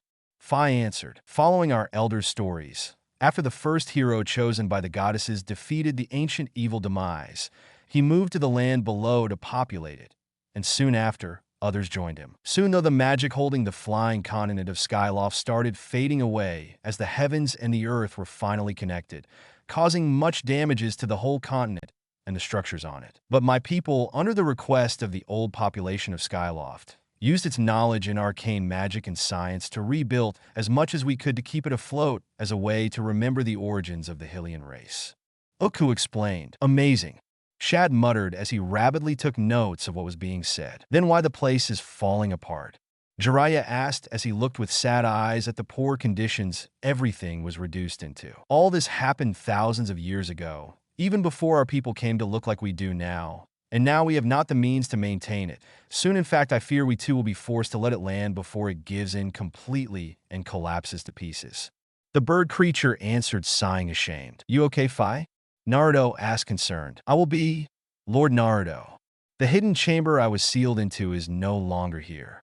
There is the 60% chance it had been made land so to turn it into a temple on the ground below.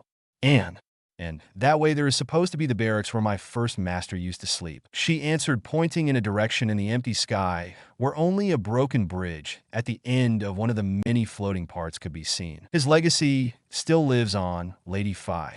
In every holder of the master sword the blade deemed worthy, in all of them resides part of him. We all are his children, his reincarnation, or his equal. Link said, talking about his ancestors, himself, and then Naruto. I bet he is watching you and is very proud of you. Naruto added, hugging the spirit and resting his chin on the top of the spirit's head. Thank you, Master. Fianzoid grateful. Master? Yes? The scent of your skin is nice and warm.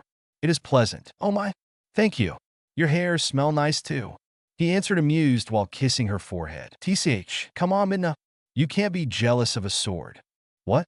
Are you afraid she may get pregnant with his baby? Or better, his dagger? Jiraiya asked, smirking at the fuming Twily imp. Wham! Splewawaj. Worth it. The smirking and groaning in pain, Sanine said as he landed once again in the small pool thanks to the punch of Midna's hair hand. Come on, Arrow Senin. Stop joking like that, Naruto said, laughing, and may God bless his obviousness. He completely missed Fi's face turning slightly purple before she hurriedly returned inside the Master Sword. Small theatrics aside, Oka said, a bit in discomfort from the situation. I guess I can give you a tour of the city. Since you came all this way, we would love to. Uko, we may need your help to find the mirror shard we need. Ashe answered, nodding. Sigh. And Shad may have tons of questions to ask you. She then added, sighing in defeat. Thank you, Ashe. Yeah. Roar. It was then that a deep, ferocious roar pierced the sky as a giant creature flew above the group before starting circling the main building of the flying city. Eek! Soon followed by several voices screaming in fright as various Uka were seen dive for cover in a very chaotic manner. A dragon? Agitha said with wide eyes. Since when dragons have wings, shouldn't they be more snake-like? Jiraiya asked, curious. Maybe is a Hylian variety? Naruto answered, unsure. Perhaps. Can it be Ardarok? Shad gasped in shock. Who? Ardarok is a mythical figure in Hylian folklore, usually used as a way to threat misbehaving children with the idea he would swoop down to take them away if they keep throwing tantrums. But with how detailed his description is in every version, I should have suspected he was instead real. The scholar answered, and that thing reeks of corrupted Twily magic. He has the shard we need. Midna added with narrowed eyes. Chances are he was given one on purpose to make him stronger and stop whoever may try retrieve it. Ashe commented, it's a possibility. Eek! Another shriek was heard as an Uka, looking exactly like Uku, rushed towards them. And %/ and 9, 2% égale 0. Uku answered, worried. Jiraiya asked, confused, as he cleaned one of his ears to better listen the rapid salvo of questions and answers the two things were going through. That must be Uka language. Midna answered, unsure. Ooh, goodness. Brave adventurers. You won't believe it, Uka said in distress, while the other Uka hurriedly returned inside the small construction it exited before. Let me guess, Arturok is not just another inhabitant of the city? Link said, worried. Exactly. That dragon is raging outside the city walls. Oh, now I am terribly worried about everyone. We need that mirror shard and Arturok has it. So we will help you deal with him. You can count on us. Naruto answered in determination. Then, if you want to navigate the city and reach that thing, take me too. In case of need, I will warp you others back here. Uka said, jumping inside Jiraiya's clothes. Thank you, Uka. So, you others are coming? Naruto asked. Of course. I will assist you. Ajitha answered immediately. We'll come too. Sha, I may not be a very powerful warrior, but I am the one that has the most knowledge about this place and its legendary knowledge. Even if in a small part only, I can help you. We're all in this then, good? I say we have no more time to waste. Let's go. Link answered, making the group nod as one. So, outside the pool we arrived in, that small shop and a cannon that will take us back on the ground. We can only move forward. Just be careful to the wind. It will blow very strong, and if you're not careful, it will throw you down. Uku explained. If that happens, my moth will catch you. Have no fear. Ajitha added as the giant bug took fly to follow them. Very well. Ashe-chan? Take these, Naruto said, unsealing the iron boots and giving them to the girl. Boots? She asked. Charmed boots. Once worn, they will get super heavy. It should be enough for you to not be blown away, but Shad will need to cling to you. The blonde answered. It's feasible, but what about you? Me and Naruto are ninja. We will just focus chakra on our feet to get glued to the floor. Same effect that with those boots. Jiraiya answered. Ajitha-chan? Hold tight, okay? Naruto asked, moving a hand around the girl's midsection, while Midna jumped into his shadow. Okay. The flustered girl replied as she clung to him herself. Ready? Link asked. Ready. Okay then, onward. Jiraiya said as he threw a kunai to a giant gem above a faraway door as instructed by Uku. And as soon as the gate blocking the door opened, they rushed forward, groaning in displeasure as the lack of railing on the small bridge subjected them to the random gusts of wind lashing furiously on the path. Dear goddesses, it's insanely strong, Shad said, shocked as he felt Ashe's hold on him tighten even more. Touch anything improper, and I will break your arm, Shad. Ashe said, sorry, but between your anger and falling to my death, I kind of have no doubts about what I would prefer to be subjected to. He answered, making the others chuckle, thus lessening the tension a little. Almost there, Naruto said as he saw the scared expression on Ajitha and Shad's face, as both were the more defenseless against the wind.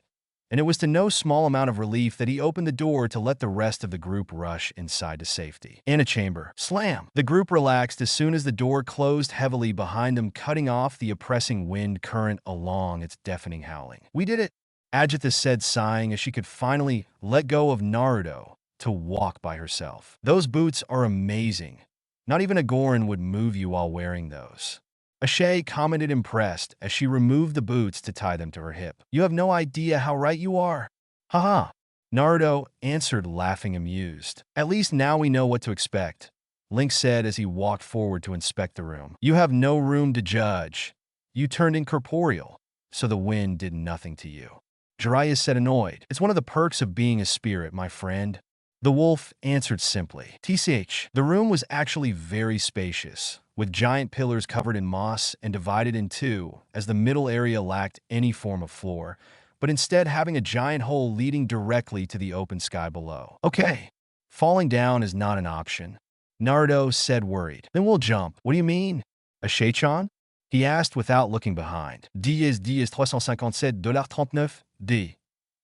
A near Uka yelled as Ashe grabbed one, and, holding it above her head, she jumped across the giant hole on the floor and glided across the chasm to walk towards the door. Come on, stop dilly-dallying, the girl then said with crossed arms. #euro% $.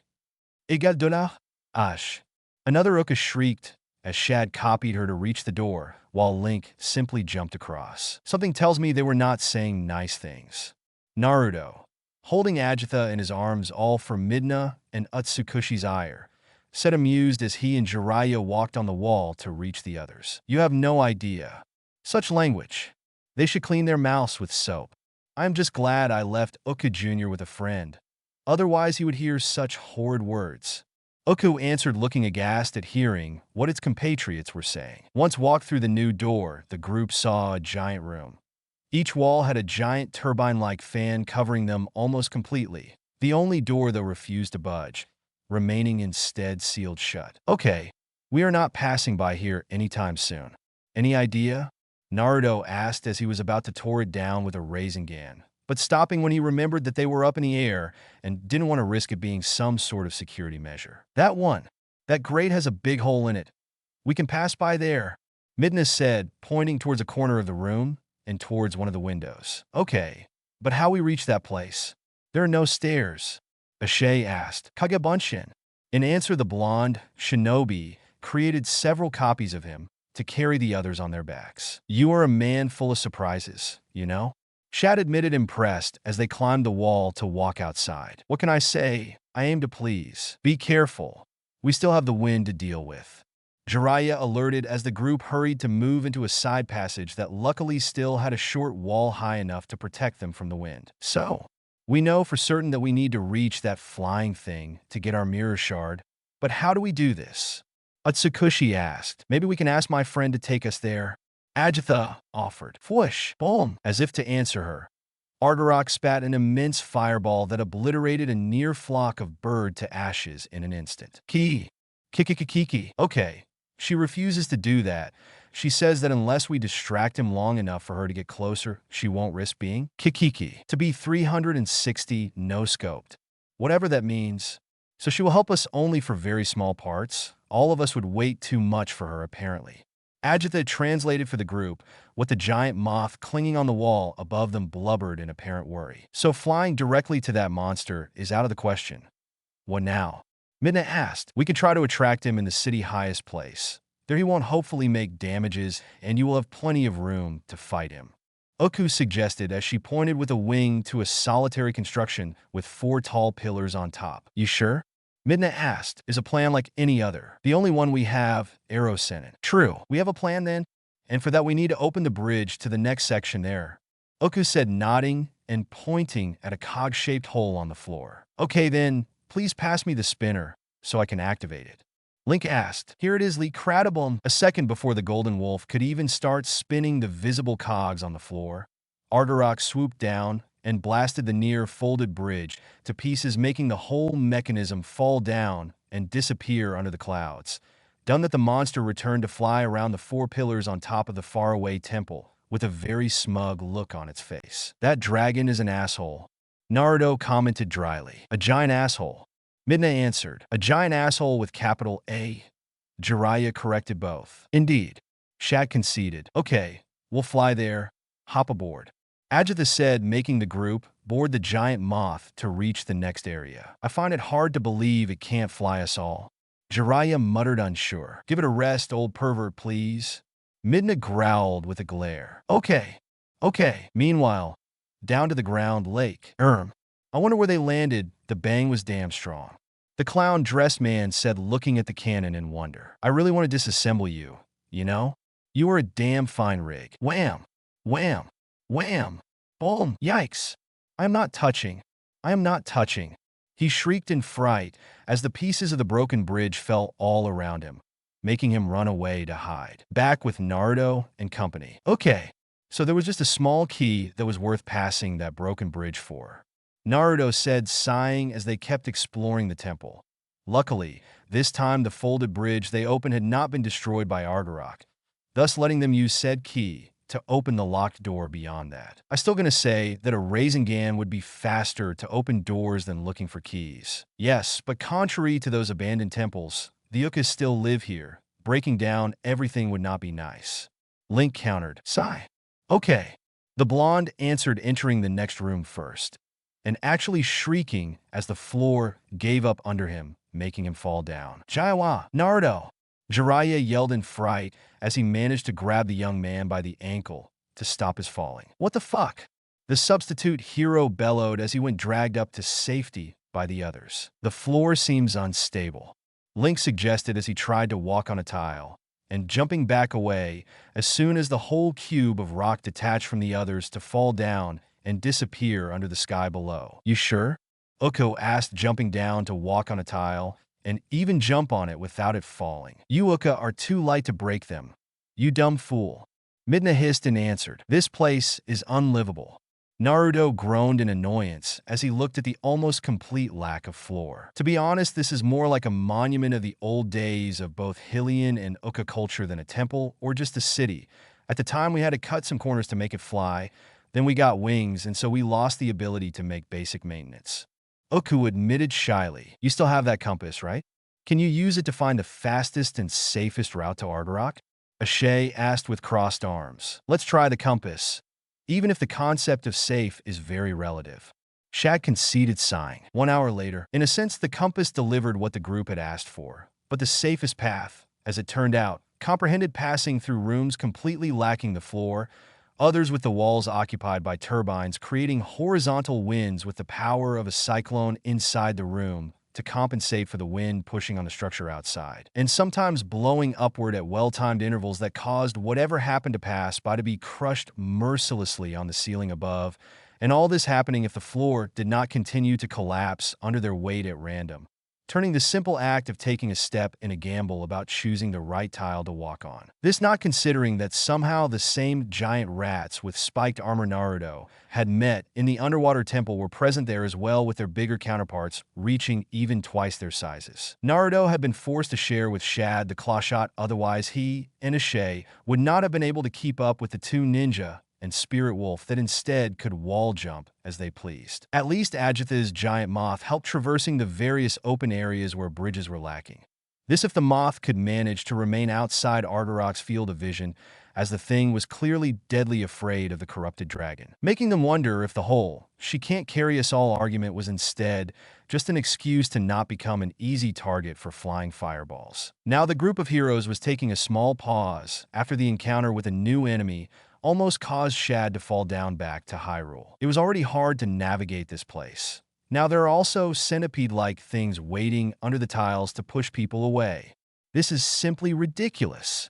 Jiraiya said, annoyed, as he and Naruto unsealed few rations for the others. Danger is part of the job for a scholar like me. Still, it was a rather nasty surprise that Shad, Naruto had to create a chain of clones and jump down to grab you. Nasty is not a strong enough way to describe it. Ashe commented, sighing. In hindsight, you have been very brave, Ajitha offered with a gentle smile. Thank you, Ajitha-chan. Naruto answered, smirking. The line that separates bravery from stupidity is very thin, though. You must be more careful. Midna countered, huffing as she punched his shoulder. Yes, and you tend to pass it even too frequently. Utsukushi added lightly, slapping the back of his head. I'll be careful. I'll be careful. He answered, grumbling childishly. Nah, I don't believe you will ever be careful, brat. So, we're almost there. Jiraiya answered, chuckling, as he got up to scan the area. Halfway to the top, to be precise. Uku confirmed, nodding. This place is a mess. Even while using the claw shot or the boots, this place is a nightmare to navigate. Thank God I can use chakra. I don't want to think about how worse it would have been without ninja training. Naruto said, sighing in dismay. Now that I think about it. Uku said, unsure. Yes, we should also have a claw shot here. I remember those were used when we still could not fly and repairs needed to be made. So we'll need 2 claw shots to defeat Ardarok? Jiraiya asked. It doesn't W. You know what? Whatever. Midna answered, deflating in defeat. What was that? The 2 shinobi asked with a knowing smirk. Louder. Both said with a sing-song voice. Yes. We'll need to find a second claw shot to defeat the dungeon boss. Like with every other dungeon before this. The imp girl answered with a little part of her dying a little in the background of her tone. Cheer up. It's not your fault. It's just how things work in Hyrule, even if they do not make sense at all. Naruto offered with a gentle smile. Ugh. At that, the native Hylians and Twily in the group groaned as one in bitter defeat. Let's just go. We'll need to pull on the controlling nodes to move forward from now on. They will switch on or off the turbines of the various rooms to let us use the maintenance entrances. They are timed, so you won't have to fear to make the city collapse by turning off the various fans and or propellers to move between areas. Uku explained with a mollified tone. Awesome. Let's go, everybody. Jiraiya answered as he marched forward. Are things really that convenient here in Hyrule? Ashay asked, whispering. Not long ago, I would have answered no. But I'm starting to see too many patterns ever since I started traveling with those two. Link answered unsure as he watched Naruto talk with both Ajitha and Midna, trying to cheer up the two girls. It's all a bit too convenient. Shad admitted, sighing. If only they knew how much they were making the three goddesses cringe and guilt, they would feel even worse. A long walk later. Okay, like this the maintenance corridor should be usable. Uku said, watching Naruto cling to a giant sphere hanging from the ceiling and lowering it to the ground with his weight until a click was heard. AE asterisk $% pound% and pound and. Anir Uka answered. He says that there has been an incident recently, so we'll need to be careful when traversing that area. Oh, thank you. The blonde answered with a small bow. Percent and $pound plus. What he said, just that there is no need to thank him. Uku answered, smiling as the group moved on. In truth, that Uka had asked if he was single, but Uko didn't want to drag Naruto into that discussion, especially since that Uka's sister was a very unpleasant woman. Pineapple on pizza? Such tastes. So you Uka too can walk on walls? Jiraiya asked, curious as he saw several bird people walk horizontally on the walls of the room. We cling to the walls, darling, it's different. Ooh. Hey, Naruto? You heard that. Brat, so you started collecting bug friends when you were 5? The old spy master heard answer as he watched his student and the bug queen chat amicably. Oh, I always loved bugs, but then one day I saw one that had such a pretty light to it that I could not look away.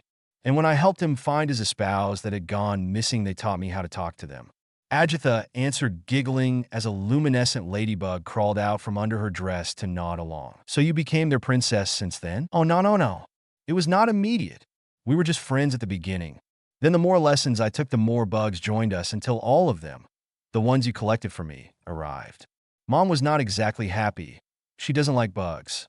She answered with an adorable scrunched nose expression. Oh, it's okay. Luckily, my daddy was more open-minded, so when I told him of the castle I wanted to live in with my friends, he helped me move there. He even planted the tree you saw in its middle himself. The girl explained happily. Castle. Room, you mean? Midna said, snorting. Midna?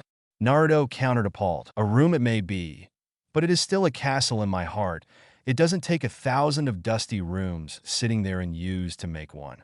Ajitha answered, huffing and pouting. Sweetie, I own a castle. I know how one looks like. Does yours have private inner pool, jacuzzi, sauna, and SBA area? The Twily imp said, smirking. No. Bowling room? Neither. Tennis course in the back? Or private cinema in the basement? Midna asked again with a more savage smile. No.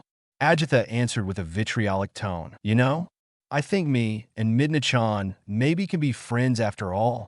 Utsukushi admitted with a greedy expression. Do not listen to her, Ajitha-chan, she is just joking.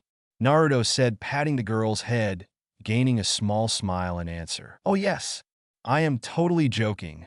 Midna answered, smirking as she sat on his shoulder a bit closer to his head to lean on it and play with his hair. You are a shameless woman, Miss Midna. Ajitha said, annoyed. Nah, I am more honest than shameless, right? She answered, kissing the young man's cheek. Brutally honest, Midna-chan, and also shameless, a bit crude. He replied, chuckling. Okay, lazy, a tad spoiled. I get it. That's enough. You anger easily, get jealous very fast. Don't accept losing it all. Naruto, it's okay, I get it. She said as her face kept getting greener at each word. Turned from childish to dead serious at the drop of a hat. And are the bravest girl I have ever met that is not a kunoichi. And you can be deadly cute when you want to, especially that adorable pout or snoring you do when sleeping or bored. I said, oh, thank you. The imp girl started saying, ready to argue before hearing the final part and awkwardly hiding her embarrassment by burying her face in his hair. Please, do it properly, Ajitha countered as she marched in front of him to give a small kiss on the top of his nose once stood on her toes. This is how you tease somebody, right, my king? She then said, latching to his arm while showing a superior smirk. Tsh. The imp replied, gnashing her teeth and looking away with crossed arms. Now let's just go on, K. Naruto answered as he did not know where to look to hide his red face. Bitch, was all the helpful reply he got from his Biju. It's working. Jiraiya whispered, excited as he watched Ashay, quickening her walking to join the conversation. Just like I told you, my friend, We just need to have faith in the harem route. Link replied, nodding along. Please do not distract him. He needs his head to fight that monster, and not the one in his trousers. Ashay said with narrowed eyes. I can control myself, Ashay-chan. He muttered dejected. I have no doubts about it, but I still do not trust those two to not hold you back by forcing part of your blood to rush where it isn't needed. She replied before looking at Ajitha intently. There is no wind here, so I can't see the reason why you are clinging to his arm like that. It's called romanticism. You may want to look up what it is about, Miss Ashay. Ajitha replied, uncaring. We are on a mission to save Hyrule and the world. Romanticism can take a back seat for now. She replied, sigh. Okay. We'll find you an empty room, so you will be able to use your sword to blow some steam. Midna answered with a fake defeated tone. What are you implying? Ashay hissed with narrowed eyes. Oh, nothing. Just that the pommel on the handle of your sword seems very smooth. It must have been used frequently for training, I suppose. The imp explained with a fanged smile. How dare you? The girl growled in answer. Meanwhile this was happening, Jiraiya had intelligently pulled Naruto to the side and started pretending both were part of the background. Ninja training or not. Even he didn't want to try his students' luck against three girls channeling their feminine fury at the same time. Erosin, SSSH. The old man silenced him immediately. I dare because I want a little girl. Midna answered simply. Uff. You are despicable. Ajithis said with a petulant tone. Talks the one that had to ask a bunch of bugs how to act feminine. What? They taught you how to make dung balls as well? How dare you? The girl replied, scandalized. Act 2. Same verse. Because I want to. The other answered, smirking. What are you trying to do? Ashay asked. For what I see, somebody is conspiring against me. It has been a while since my harem route since started giving off signals of danger, and I am sick of it. And as soon as I have dealt with you two shallow brats, I will find the source of this uneasiness, and will deal with it permanently. Midna answered with her expression darkening at each word until it became otherworldly cold towards the end of it. At that, Shad and Naruto became the only witnesses of both Jiraiya and Link starting to sweat at an astounding rate to the point of creating a puddle under their bodies in a matter of seconds while their faces drained of any color, almost looking ready to puke. Ashay tried saying before being cut off. What? Midna countered angrily. This brat is clinging to him like glue just because some bugs told her it's fated, and you yourself don't even know what you want. How shallow can you two be? I can understand Ilya, as she was the first friend he had once moved to Hyrule. And for all her faults, Utsukushi has been with him ever since he was a toddler, so among everybody, she's the closest one to him. And I can't even believe I am having this conversation to you two. But it's time for somebody to give you a reality check. Move to Hyrule? He is not an Hylian with short ears? For goodness sake, you don't even know that. Konoha is a village in another continent altogether. Not a part of Hyrule you didn't know about. Some power-hungry people are still hunting him down, so he started a new life here, and so he. God, why am I even wasting breath over this? You two are just two hormonal teens that just discovered to have an itch down there and lashed to the first pretty boy you met in the hope to have it scratched. You barely spent some time with him and believe he will fall head over heels for you just because. In what kind of deranged fairy tale do you believe to live in? I have been fighting at his side ever since this mess started, and I was ready to die to help him. And sure as there are 3 meddling goddesses somewhere in the heavens, he was about to die, so to save me in a stupid move that had almost 100% chances to kill him. That is what decides if two can be a couple. Going through hell and back and share a bond. Not some silly puppy love born from infatuation and the need to have a beep inside. Midna bellowed furious, making the other two cower a little from her voice. Wow. Uka muttered impressed. Midna. Naruto muttered sadly as the imp girl floated back towards him. Sorry, but somebody needed to tell them that. Now is up to them to decide what to do with it. If continuing this stupid childish thing or grow up and start using their brain instead of their groin. Midna answered sighing. You okay though? He asked as he tried to caress her back in a soothing manner. I am. Especially after taking all that off my chest. Admittedly, I too started messing around with you for some stupid reason.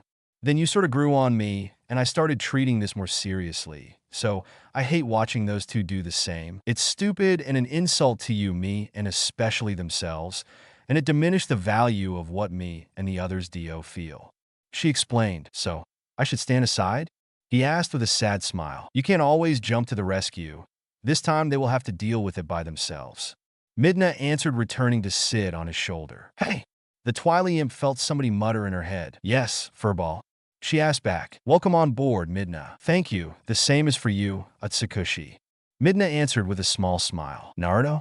She asked with a low voice. Yes? Should it come down to that, between staying in Hyrule and the Twilight Realm? Will you? Would you mind come with me there? Yes. And Ilya? I see. She muttered, and while on the surface she was happy about his answer, she could not help feeling a bit of guilt gnawing the back of her head, souring her mood. Seems like we found one of the main rooms. The second claw shot is down there, Uka declared as they entered a very tall room, completely without tiles, separating the various floors bar small areas corresponding to the doors.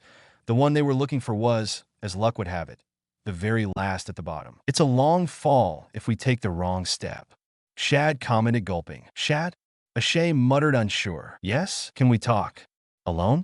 She asked with a low whisper. Do you need a friendly ear to understand what to do? He asked back with a gentle smile. Yes, please. This is not a battlefield I am used to.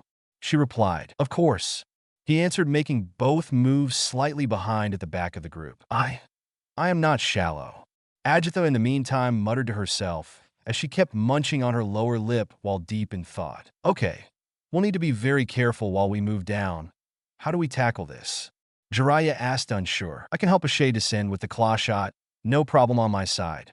Shad answered, gaining a grateful nod from the soldier. I see some scarce floor here and there. I think I should be able to jump my way down. Link added while scanning the area with critical eyes. I can fly down and you two are ninjas, so this leaves... Midna started saying before Agitha was seen climbing on the moth's back to be carried down, all without uttering a word or making a sound. Okay, she can take care of herself just fine. I think we can go down then.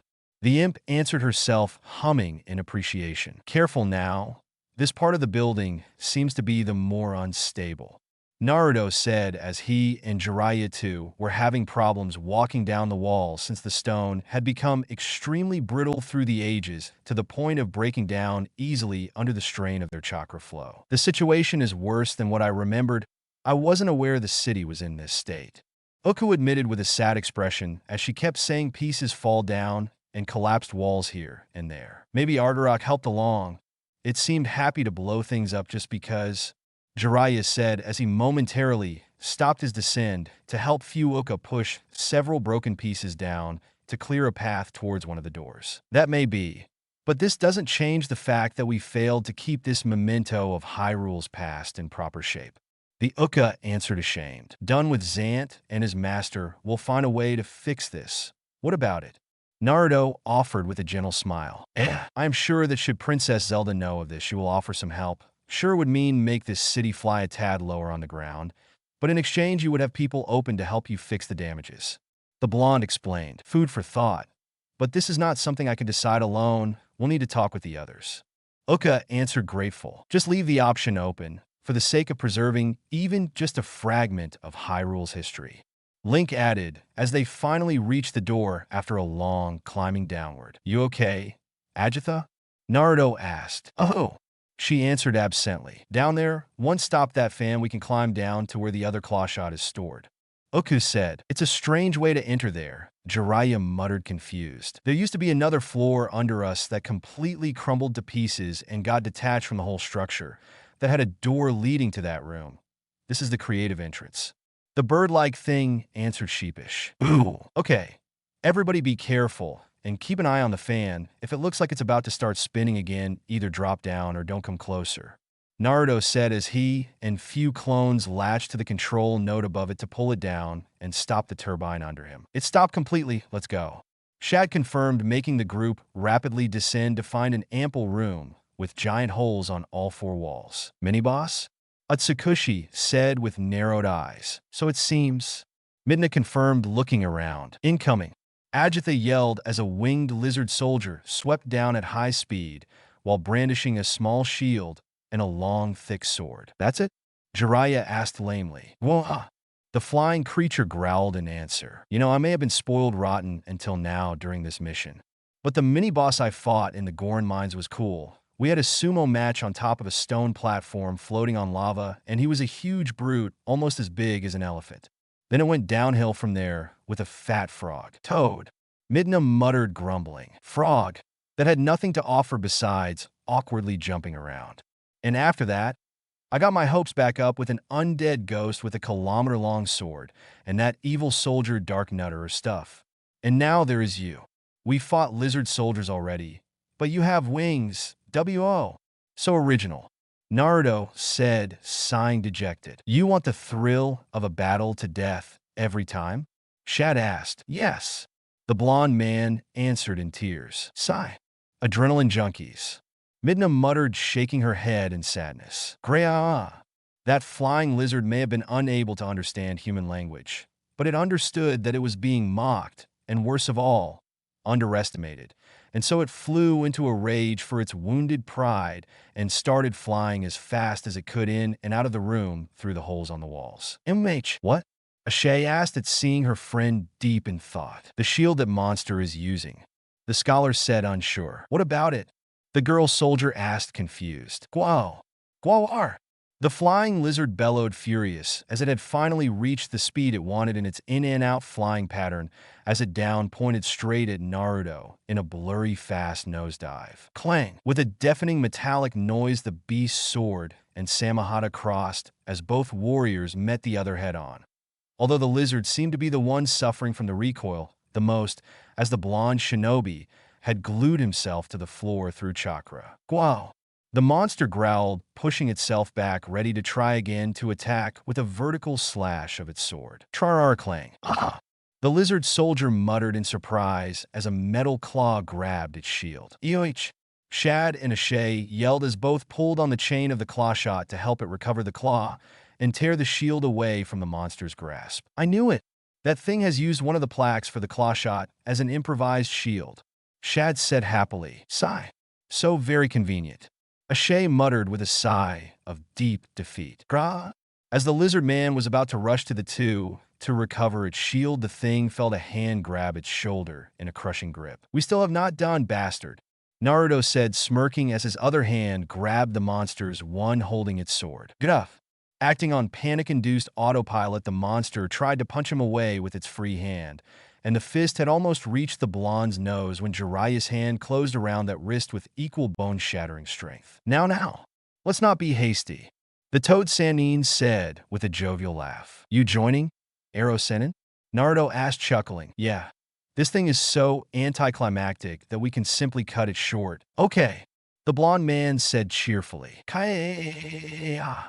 In the whole Sky City then echoed the screams of agony as the flying soldier tasted the combined might of two shinobi determined into closing the matter fast and so uncaring about finesses like mercy and holding back. 1 hour later, the second claw shot had, as expected, helped a lot in navigating the flying city.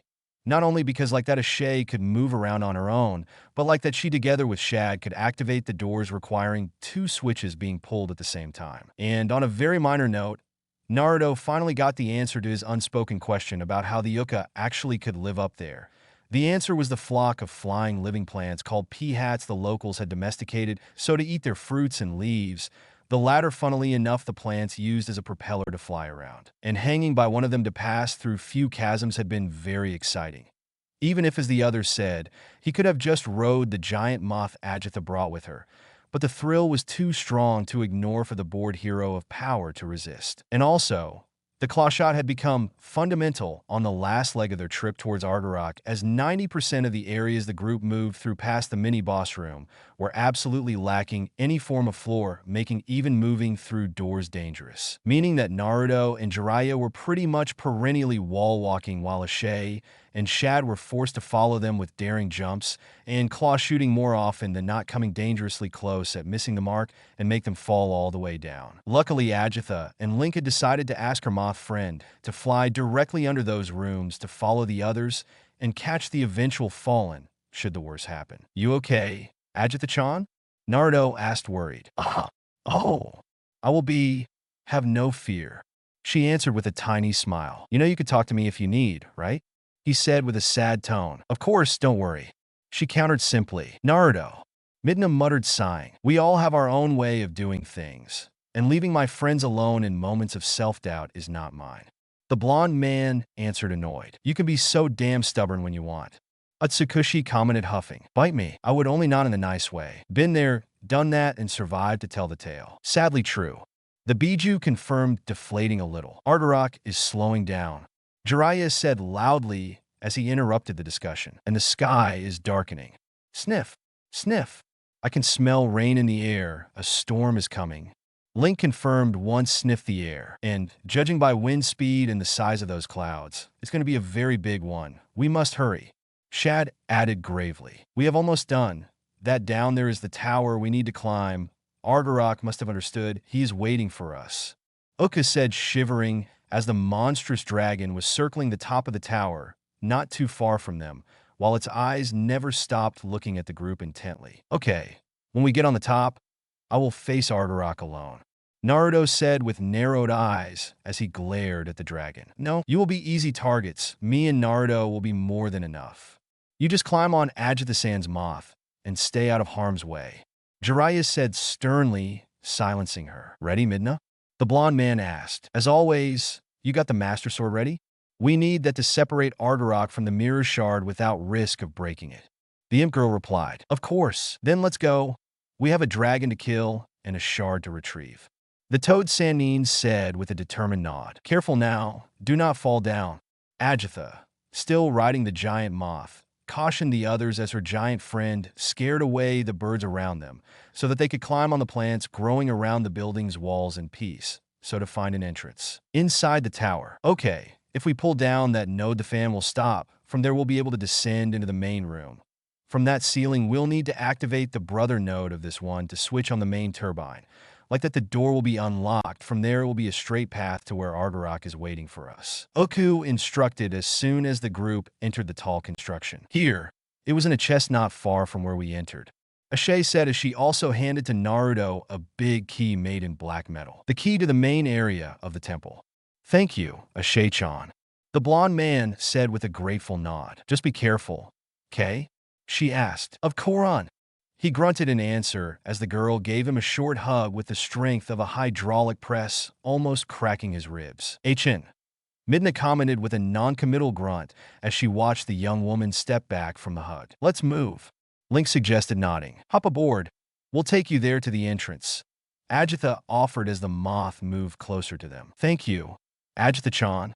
The blonde shinobi answered while he and the others climbed on the giant thing's giant head to be brought in the final tower they needed to climb. With Arturok, the Twilight Dragon Arturok was flying around the top of the tower without a single sound thanks to its mighty wings, gliding majestic as he waited for its enemy to show up. He had felt the blonde human male would have been the one it will be tasked to capture alive as soon as he saw him reach the flying city. Just like that strange voice in its head told it to. The others instead, they will make a nice snack. If anything else, they look squishy enough for that. A pity, though, that they had been smart enough to not fly all the way to it with that giant bug. Arturok was actually curious to know how that big, fat thing would taste once roasted a little with its flames. But if anything, Arturok was a patient top predator. Once dealt with the humans, it will taste that bug meat before taking the blonde male to the castle as he had been told. Strange alien voices or not, its stomach had the final say on this thing. There he is. He brought the old one with him too, together with the Twilight pest. Good, like this it will be easier. The monster thought, pleased as it swooped down with its giant talons at ready. Greawea. The dragon gave a deafening roar that almost made Agatha's mount turn tail and fly away. And in doing so, Arturok made sure the rest of the group remained a bit farther, riding on the giant moth. Like that, it will be free to focus only on its target, and its successive snack would not be damaged should the dragon get rough in its handling the fight. Now put up a fight, human. Make this hunt worth my time. The monster roared as it swooped down a second time, scraping on the ancient rock of the floor with its talon in a show of strength. With Naruto and Jiraiya, both shinobi dove in opposite direction to dodge the charge, and the wild swipe of the claw-like weight on the end of Argork's tail, trailing behind the creature. Okay, he is using the advantage of flying to its fullest. What now? Naruto asked, growling, as the two were certain Arturok was having a laugh at their expenses as it flew around them out of reach. I say we pull him down, Midna proposed as a new swipe almost blew them away with the wind pressure it carried behind. That armor, though, is still a problem. Jiraiya added. Idea. The blonde shinobi exclaimed proud. Do tell. I will use both claw shots to pull that thing down to us. You summon Gamabunta and go to town on its armor. Once it's broken, I will climb on Argarok's back and stab it to death. It's not like we have another plan for now. I am in. Jiraiya answered, nodding, just as Argarok flew towards them once again. Only this time it was clear it was aiming at grabbing one of them. Okay, Shad, I need the claw shots. Both of them, Naruto yelled at the moth circling the arena. With the others, I can't throw them from here. We are too far away. Shad answered in horror as Argarok almost grabbed Naruto, only for the blonde to create a clone to switch with it. Can we get closer? The scholar asked. Kiki. No, she refuses. What should we do? Ajitha answered horrified. I can teleport there, but I can't take the claws with me. Link answered through clenched teeth. Then while you three stay here trembling, I will deliver the claws myself. Ashe answered, grabbing both gadgets, and once took as much a running start she could. She jumped down the moth. Ashe, Shad, Link, and Ajitha yelled with wide eyes at watching the falling girl shoot one of the claws and barely managing to latch on the ledge of the platform to be dragged towards the two shinobi. Back to the fight. Ashe, Naruto yelled as he helped the girl climb up. Here are the claws. Now pull that thing down and win. And be careful, please.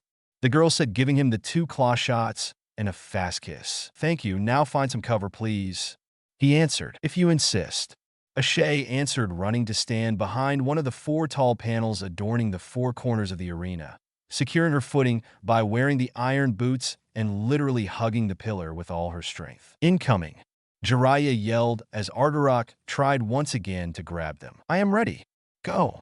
The blonde answered, wearing both claw shots. As soon as the two dodged the new attack, Naruto launched both claws to latch on the dragon's tail, and infusing as much chakra he could on his feet, he abruptly stopped the thing's fly, making it flap its wings uselessly to break free. Kuchio's no jutsu, Jiraiya intoned, biting his thumb and summoning the giant toad boss summon Gamabunta. What the fuck is that?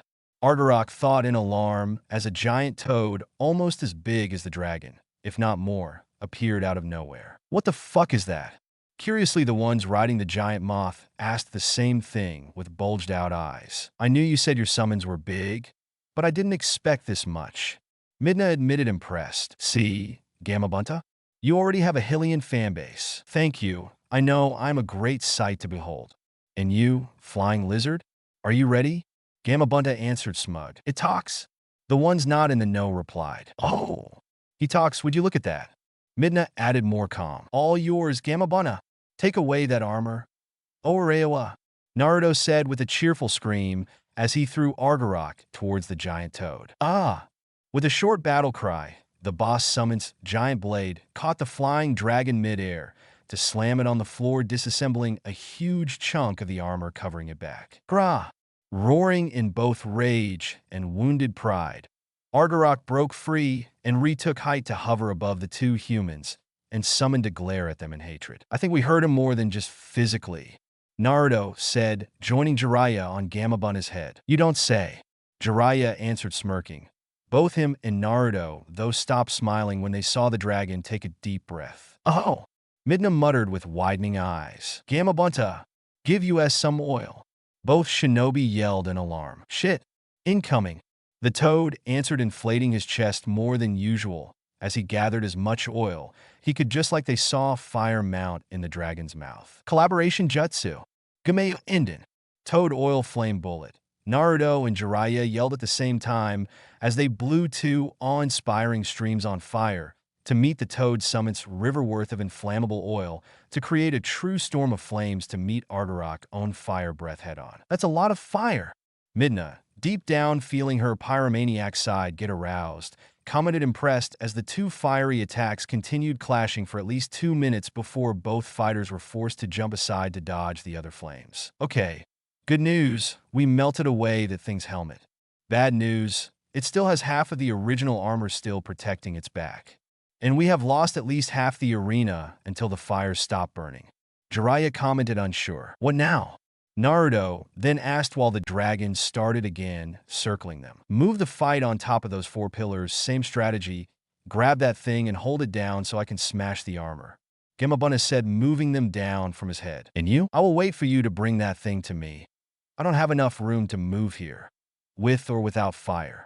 The boss summon answered. Perfect. Ready? Jiraiya said, taking a claw shot for himself. Ready? Arrow Senin. The blonde answered, shooting his claw at a pillar to climb it while his old teacher did the same on the opposite one. Girl, climb on my head. Things are gonna get messy. NGH. Damn language barrier. Here. The giant toad yelled while pointing at her, and then on the top of his head. I got it. Ashe answered, nodding and doing as instructed. Now that those two are in position, let's attract the bastard's attention. Sudama. Water sphere. Gamabunta hissed, taking in a huge breath to spit out a giant ball of condensed water big enough to fill a small lake with a projectile, exploding once reached Ardarok, almost drowning it midair. Aesilwarg. The monster roared furious. He's mad now. The toad said, smirking as the excess water rained down, smothering the fires still covering most of the arena. Not now, Naruto. Jiraiya hissed with narrowed eyes as the beast swooped down at top speed. I know. The blonde replied as the thing flew between them. In.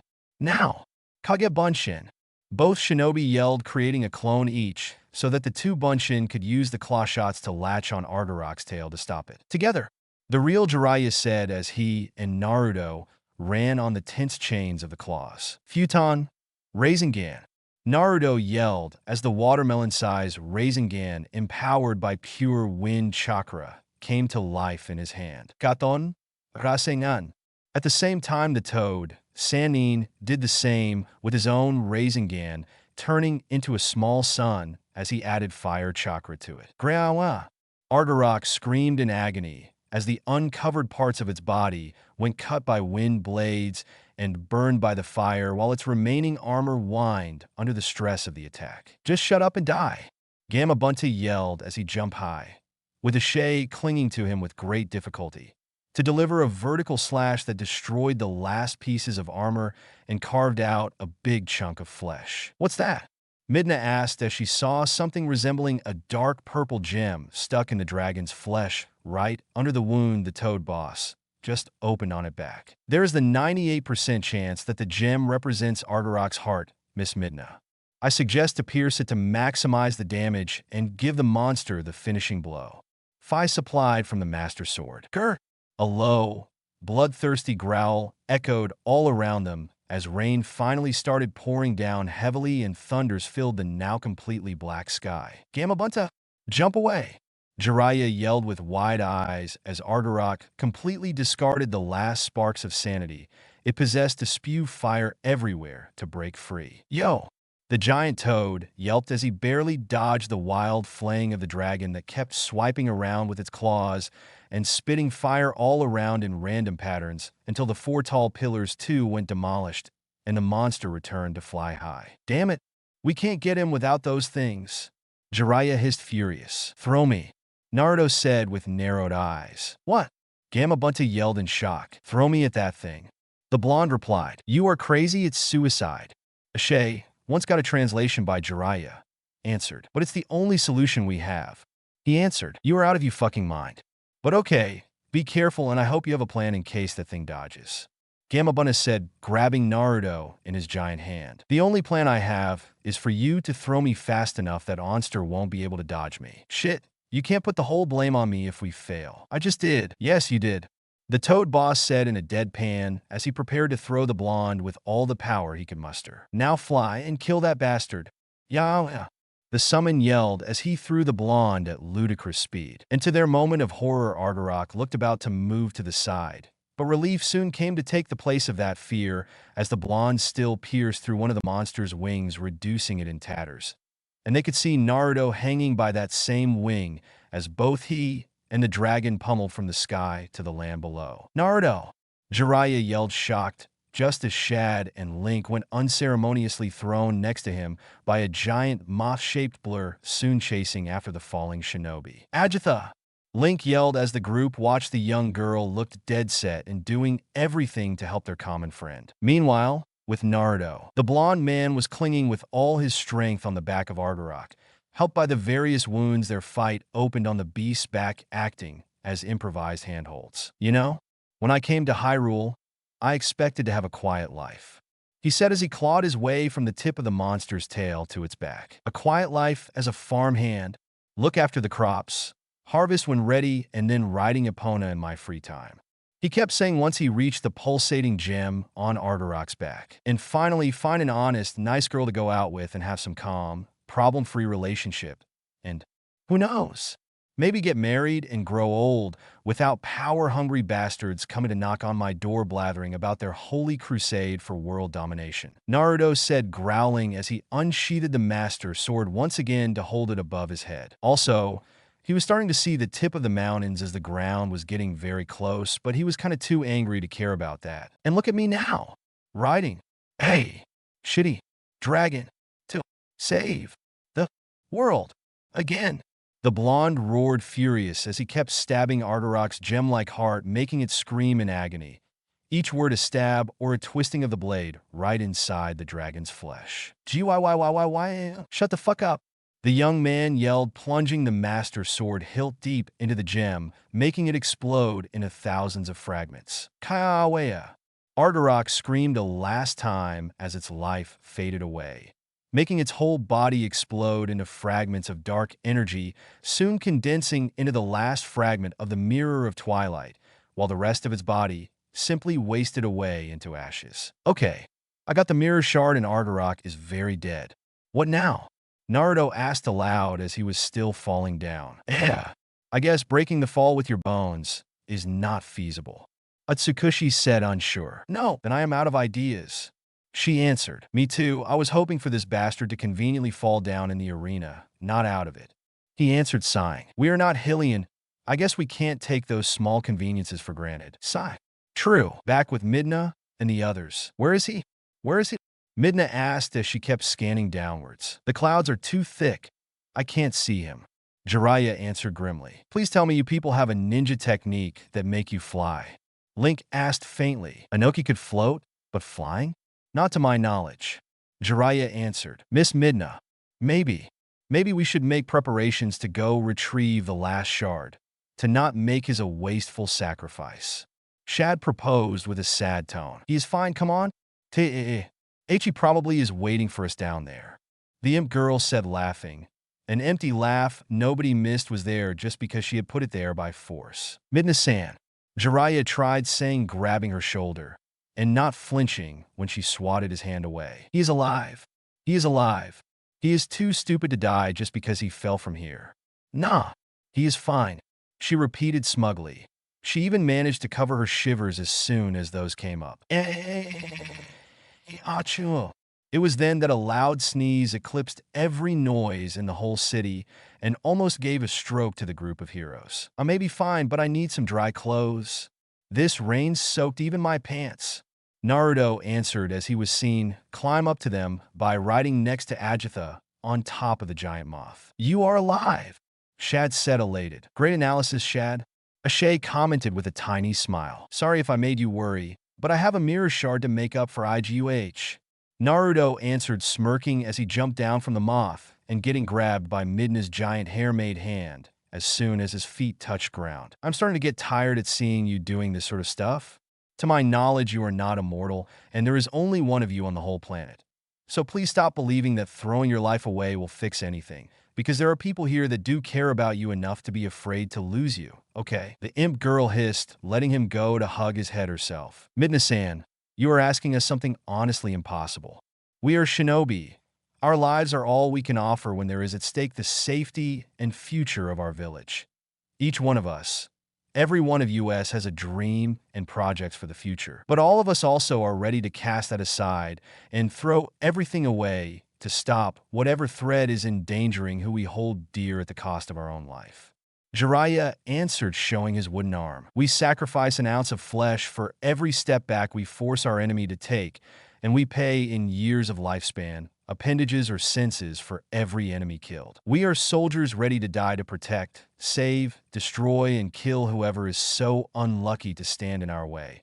We do not go quietly into the night, but we burn bright to the very last moment. The last blaze of glory is not a figure of speech, is the way we live our whole lives ever since we leave our mother's womb. Naruto and me moved here to try what it means to have a quiet life and see what it feels like to die just because we grew old instead of blowing up ourselves as a last act of spite towards an enemy that overpowered us. But as soon as we accepted the mission of stopping Zant and save Hyrule, we returned to where our forehead protector and we returned being shinobi, meaning that compared to Hyrule's safety, our lives are a worthy sacrifice. The Toad Sage explained, to the other's quiet horror. But maybe staying in Hyrule had us get a bit rusty because, to be honest, now the idea of leaving our loved ones behind is way more heavy and painful than before. Naruto added, grabbing Midna's hand in his. True that. The young man's teacher admitted, chuckling. Then please stop making me worry this much. I may be a young, beautiful, smart, and brave maiden, but even my heart and blood pressure can only take this much stress. You'll make me get split hair. Midna begged, with a tiny smirk. Well, even just for that I'll be careful. Even just to spare your hair the hassle. It would be a sin to ruin them. He replied, amused, while he passed a hand through her locks. Glad to see you understand. Midna answered, elated. Also, I got something from my unplanned fly. The blonde said proudly as he unsealed the mirror shard to present it to Midna. The final one. We did it. Now we have them all. Midna said, ecstatic, as she took a hold of it to put it with the others. Yup, we did it. Naruto answered, smiling. Hey, do you remember the words of the sages? The imp girl muttered, unsure, and Jiraiya quickly understood the situation and pushed the others away to let the two talk freely. Ah, you mean the fact that Zant team could not destroy the mirror? Naruto asked. Only the true ruler of the Twilight can destroy the mirror of Twilight. Zant could only break the mirror into shards. He couldn't utterly shatter it. So he is not the real king. It's the proof of his false kingship that we can and must stop him. And we will, Midna, Naruto said in determination. Together? She asked, presenting her hand. Together. He answered, grasping it tightly. Then let's go. To the mirror chamber. After all, a fake is a fake, and no matter how much you dress it up, the real thing always wins. Midna said, opening a Twilight portal next to him. This will take us back to that cannon, so we will be shot back on the ground.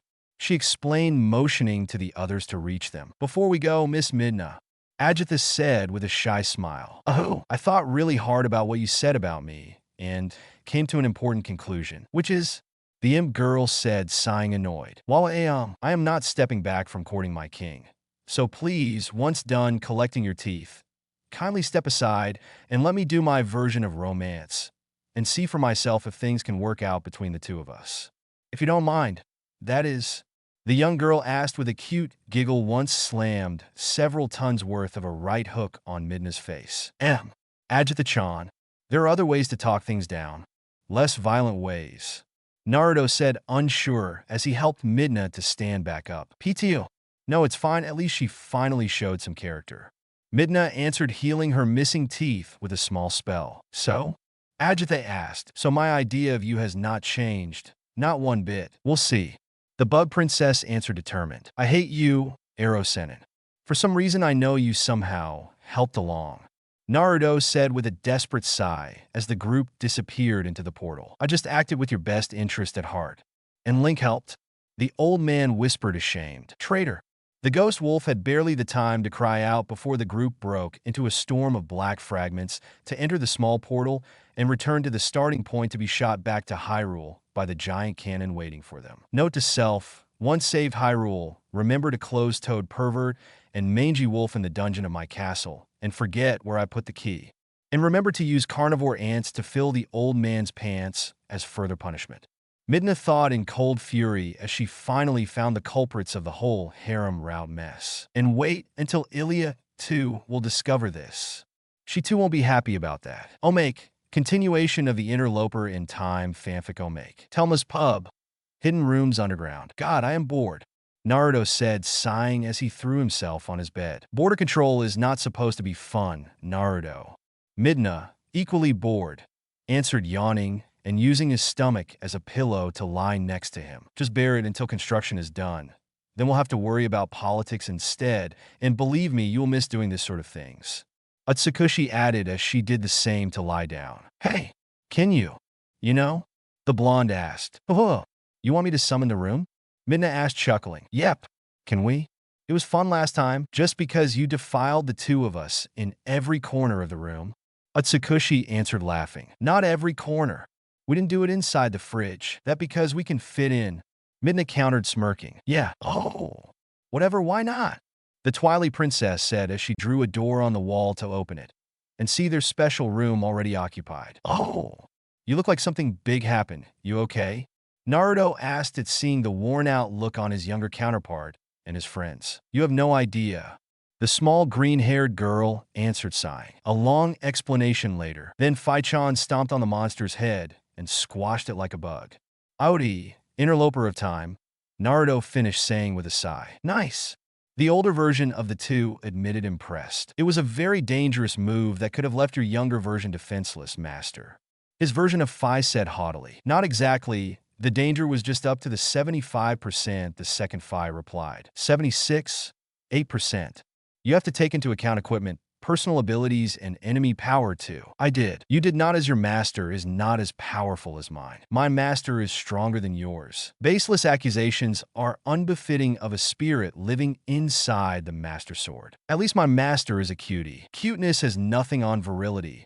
And my master has a coefficient of manliness above 600. 600 is a number too much above the max level. You were jesting. Master took me to his chambers for my birthday and tirelessly sated his hunger with me all night long. And his own sword could barely fit in my scabbard without me screaming in heavenly joy. The number, if ever, is at best underplaying his true prowess, as no man past, present, and future will ever measure up, but always come out short and pathetic. Just because he is a pervert, it doesn't mean he is the best master. Say that again, and I will scrap you. Big words for a dull blade. Talks the unrefined chunk of celestial iron that believes to be his sword. As the two spirits' argument became more animated, even if still talking in a monotone, robotic voice, the rest of the group wisely scooted a bit away, just in case. Where did your friend Ruto go, by the way? Naruto asked. Who knows, I bet she is doing some important sage stuff. She always blathers about it, so I guess it was something really important. The blonde younger version answered, shrugging. Water Temple.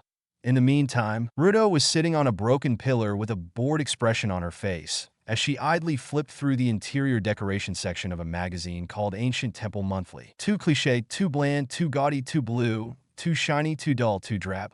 Ugh, who came up with this shit? She wondered, groaning, as the design kept getting worse at each page until her face got green, as if she was about to throw up, making her throw away the small thing in disgust. Back to the two group of heroes. Hey, about your arrow senin. The young Naruto asked. Yes? Is he still writing that stupid book series of his? Ikaika? Yep. Apparently Zelda doesn't mind as long as he doesn't peep on the girls of Hyrule. So he has no real reason to stop writing. The older blonde replied, as both watched the toad sage go through his notes, giggling as he reread them. But at least he gave us ideas, isn't it? Ajitha, having been introduced to the room by an annoyed Midna, replied as she lied against his body to get comfy on the sofa. Please keep your pants on. The young blonde begged, groaning. I'm not going to make promises I know I can't keep. But still, you are doing well. That fight you had sounded kind of amazing. I wish I was there too. I'm more focused on the fact that thing was living in the village water supply along with all those corpses. I am no doctor, but that just can't be sanitary. Midna said, shivering a little at the thought. That's what I said. Navi said with an overdramatic gag. It's a miracle that no one is sick from that crap. The chances of that happening is only 5%. 8%. The two Phi answered in chorus before returning to expressionlessly glare at each other. Ah. It is so nice to just sit back and relax like this. No monsters, no dungeons, just some friends hanging out and enjoying some good food. A little farther away, Saria instead was doing her best to mold into the sofa to turn both into a single entity as she kept eating away her fatigue. So much into her relaxation, an internal consideration she was that the green-haired girl could not even notice as a certain fox woman slunk up beside. Not her until an arm was draped over her shoulders, that is, making her jump from the sudden, unexpected contact. This is nice, isn't it? Atsukushi asked as she settled down into next to Saria. Yeah, it is. The former forest child agreed, slightly nervously, getting a weird vibe from the Bijou turned human. I know how it could be even better, though. Atsukushi said as she leaned closer to whisper something to her ear. My thought sense is tingling. Old Naruto thought with narrowed eyes as he saw with the corner of his eye that whatever his Biju was saying was causing the poor green net's face to start glowing bright red barely 5 seconds into it. By the time the fox woman was finished, Saria looked just like Tomato with how red her face was mixed with her green hair. Yup, here it comes. The young man knew something was coming as soon as he saw that happen. So what do you think? You game or not? Atsukushi asked, her grin somehow getting even larger. Ugaglaga, I'll take your incoherent muttering as a yes. The ten-tailed fox woman said, while scooping the stuttering girl up and throwing her onto her shoulder.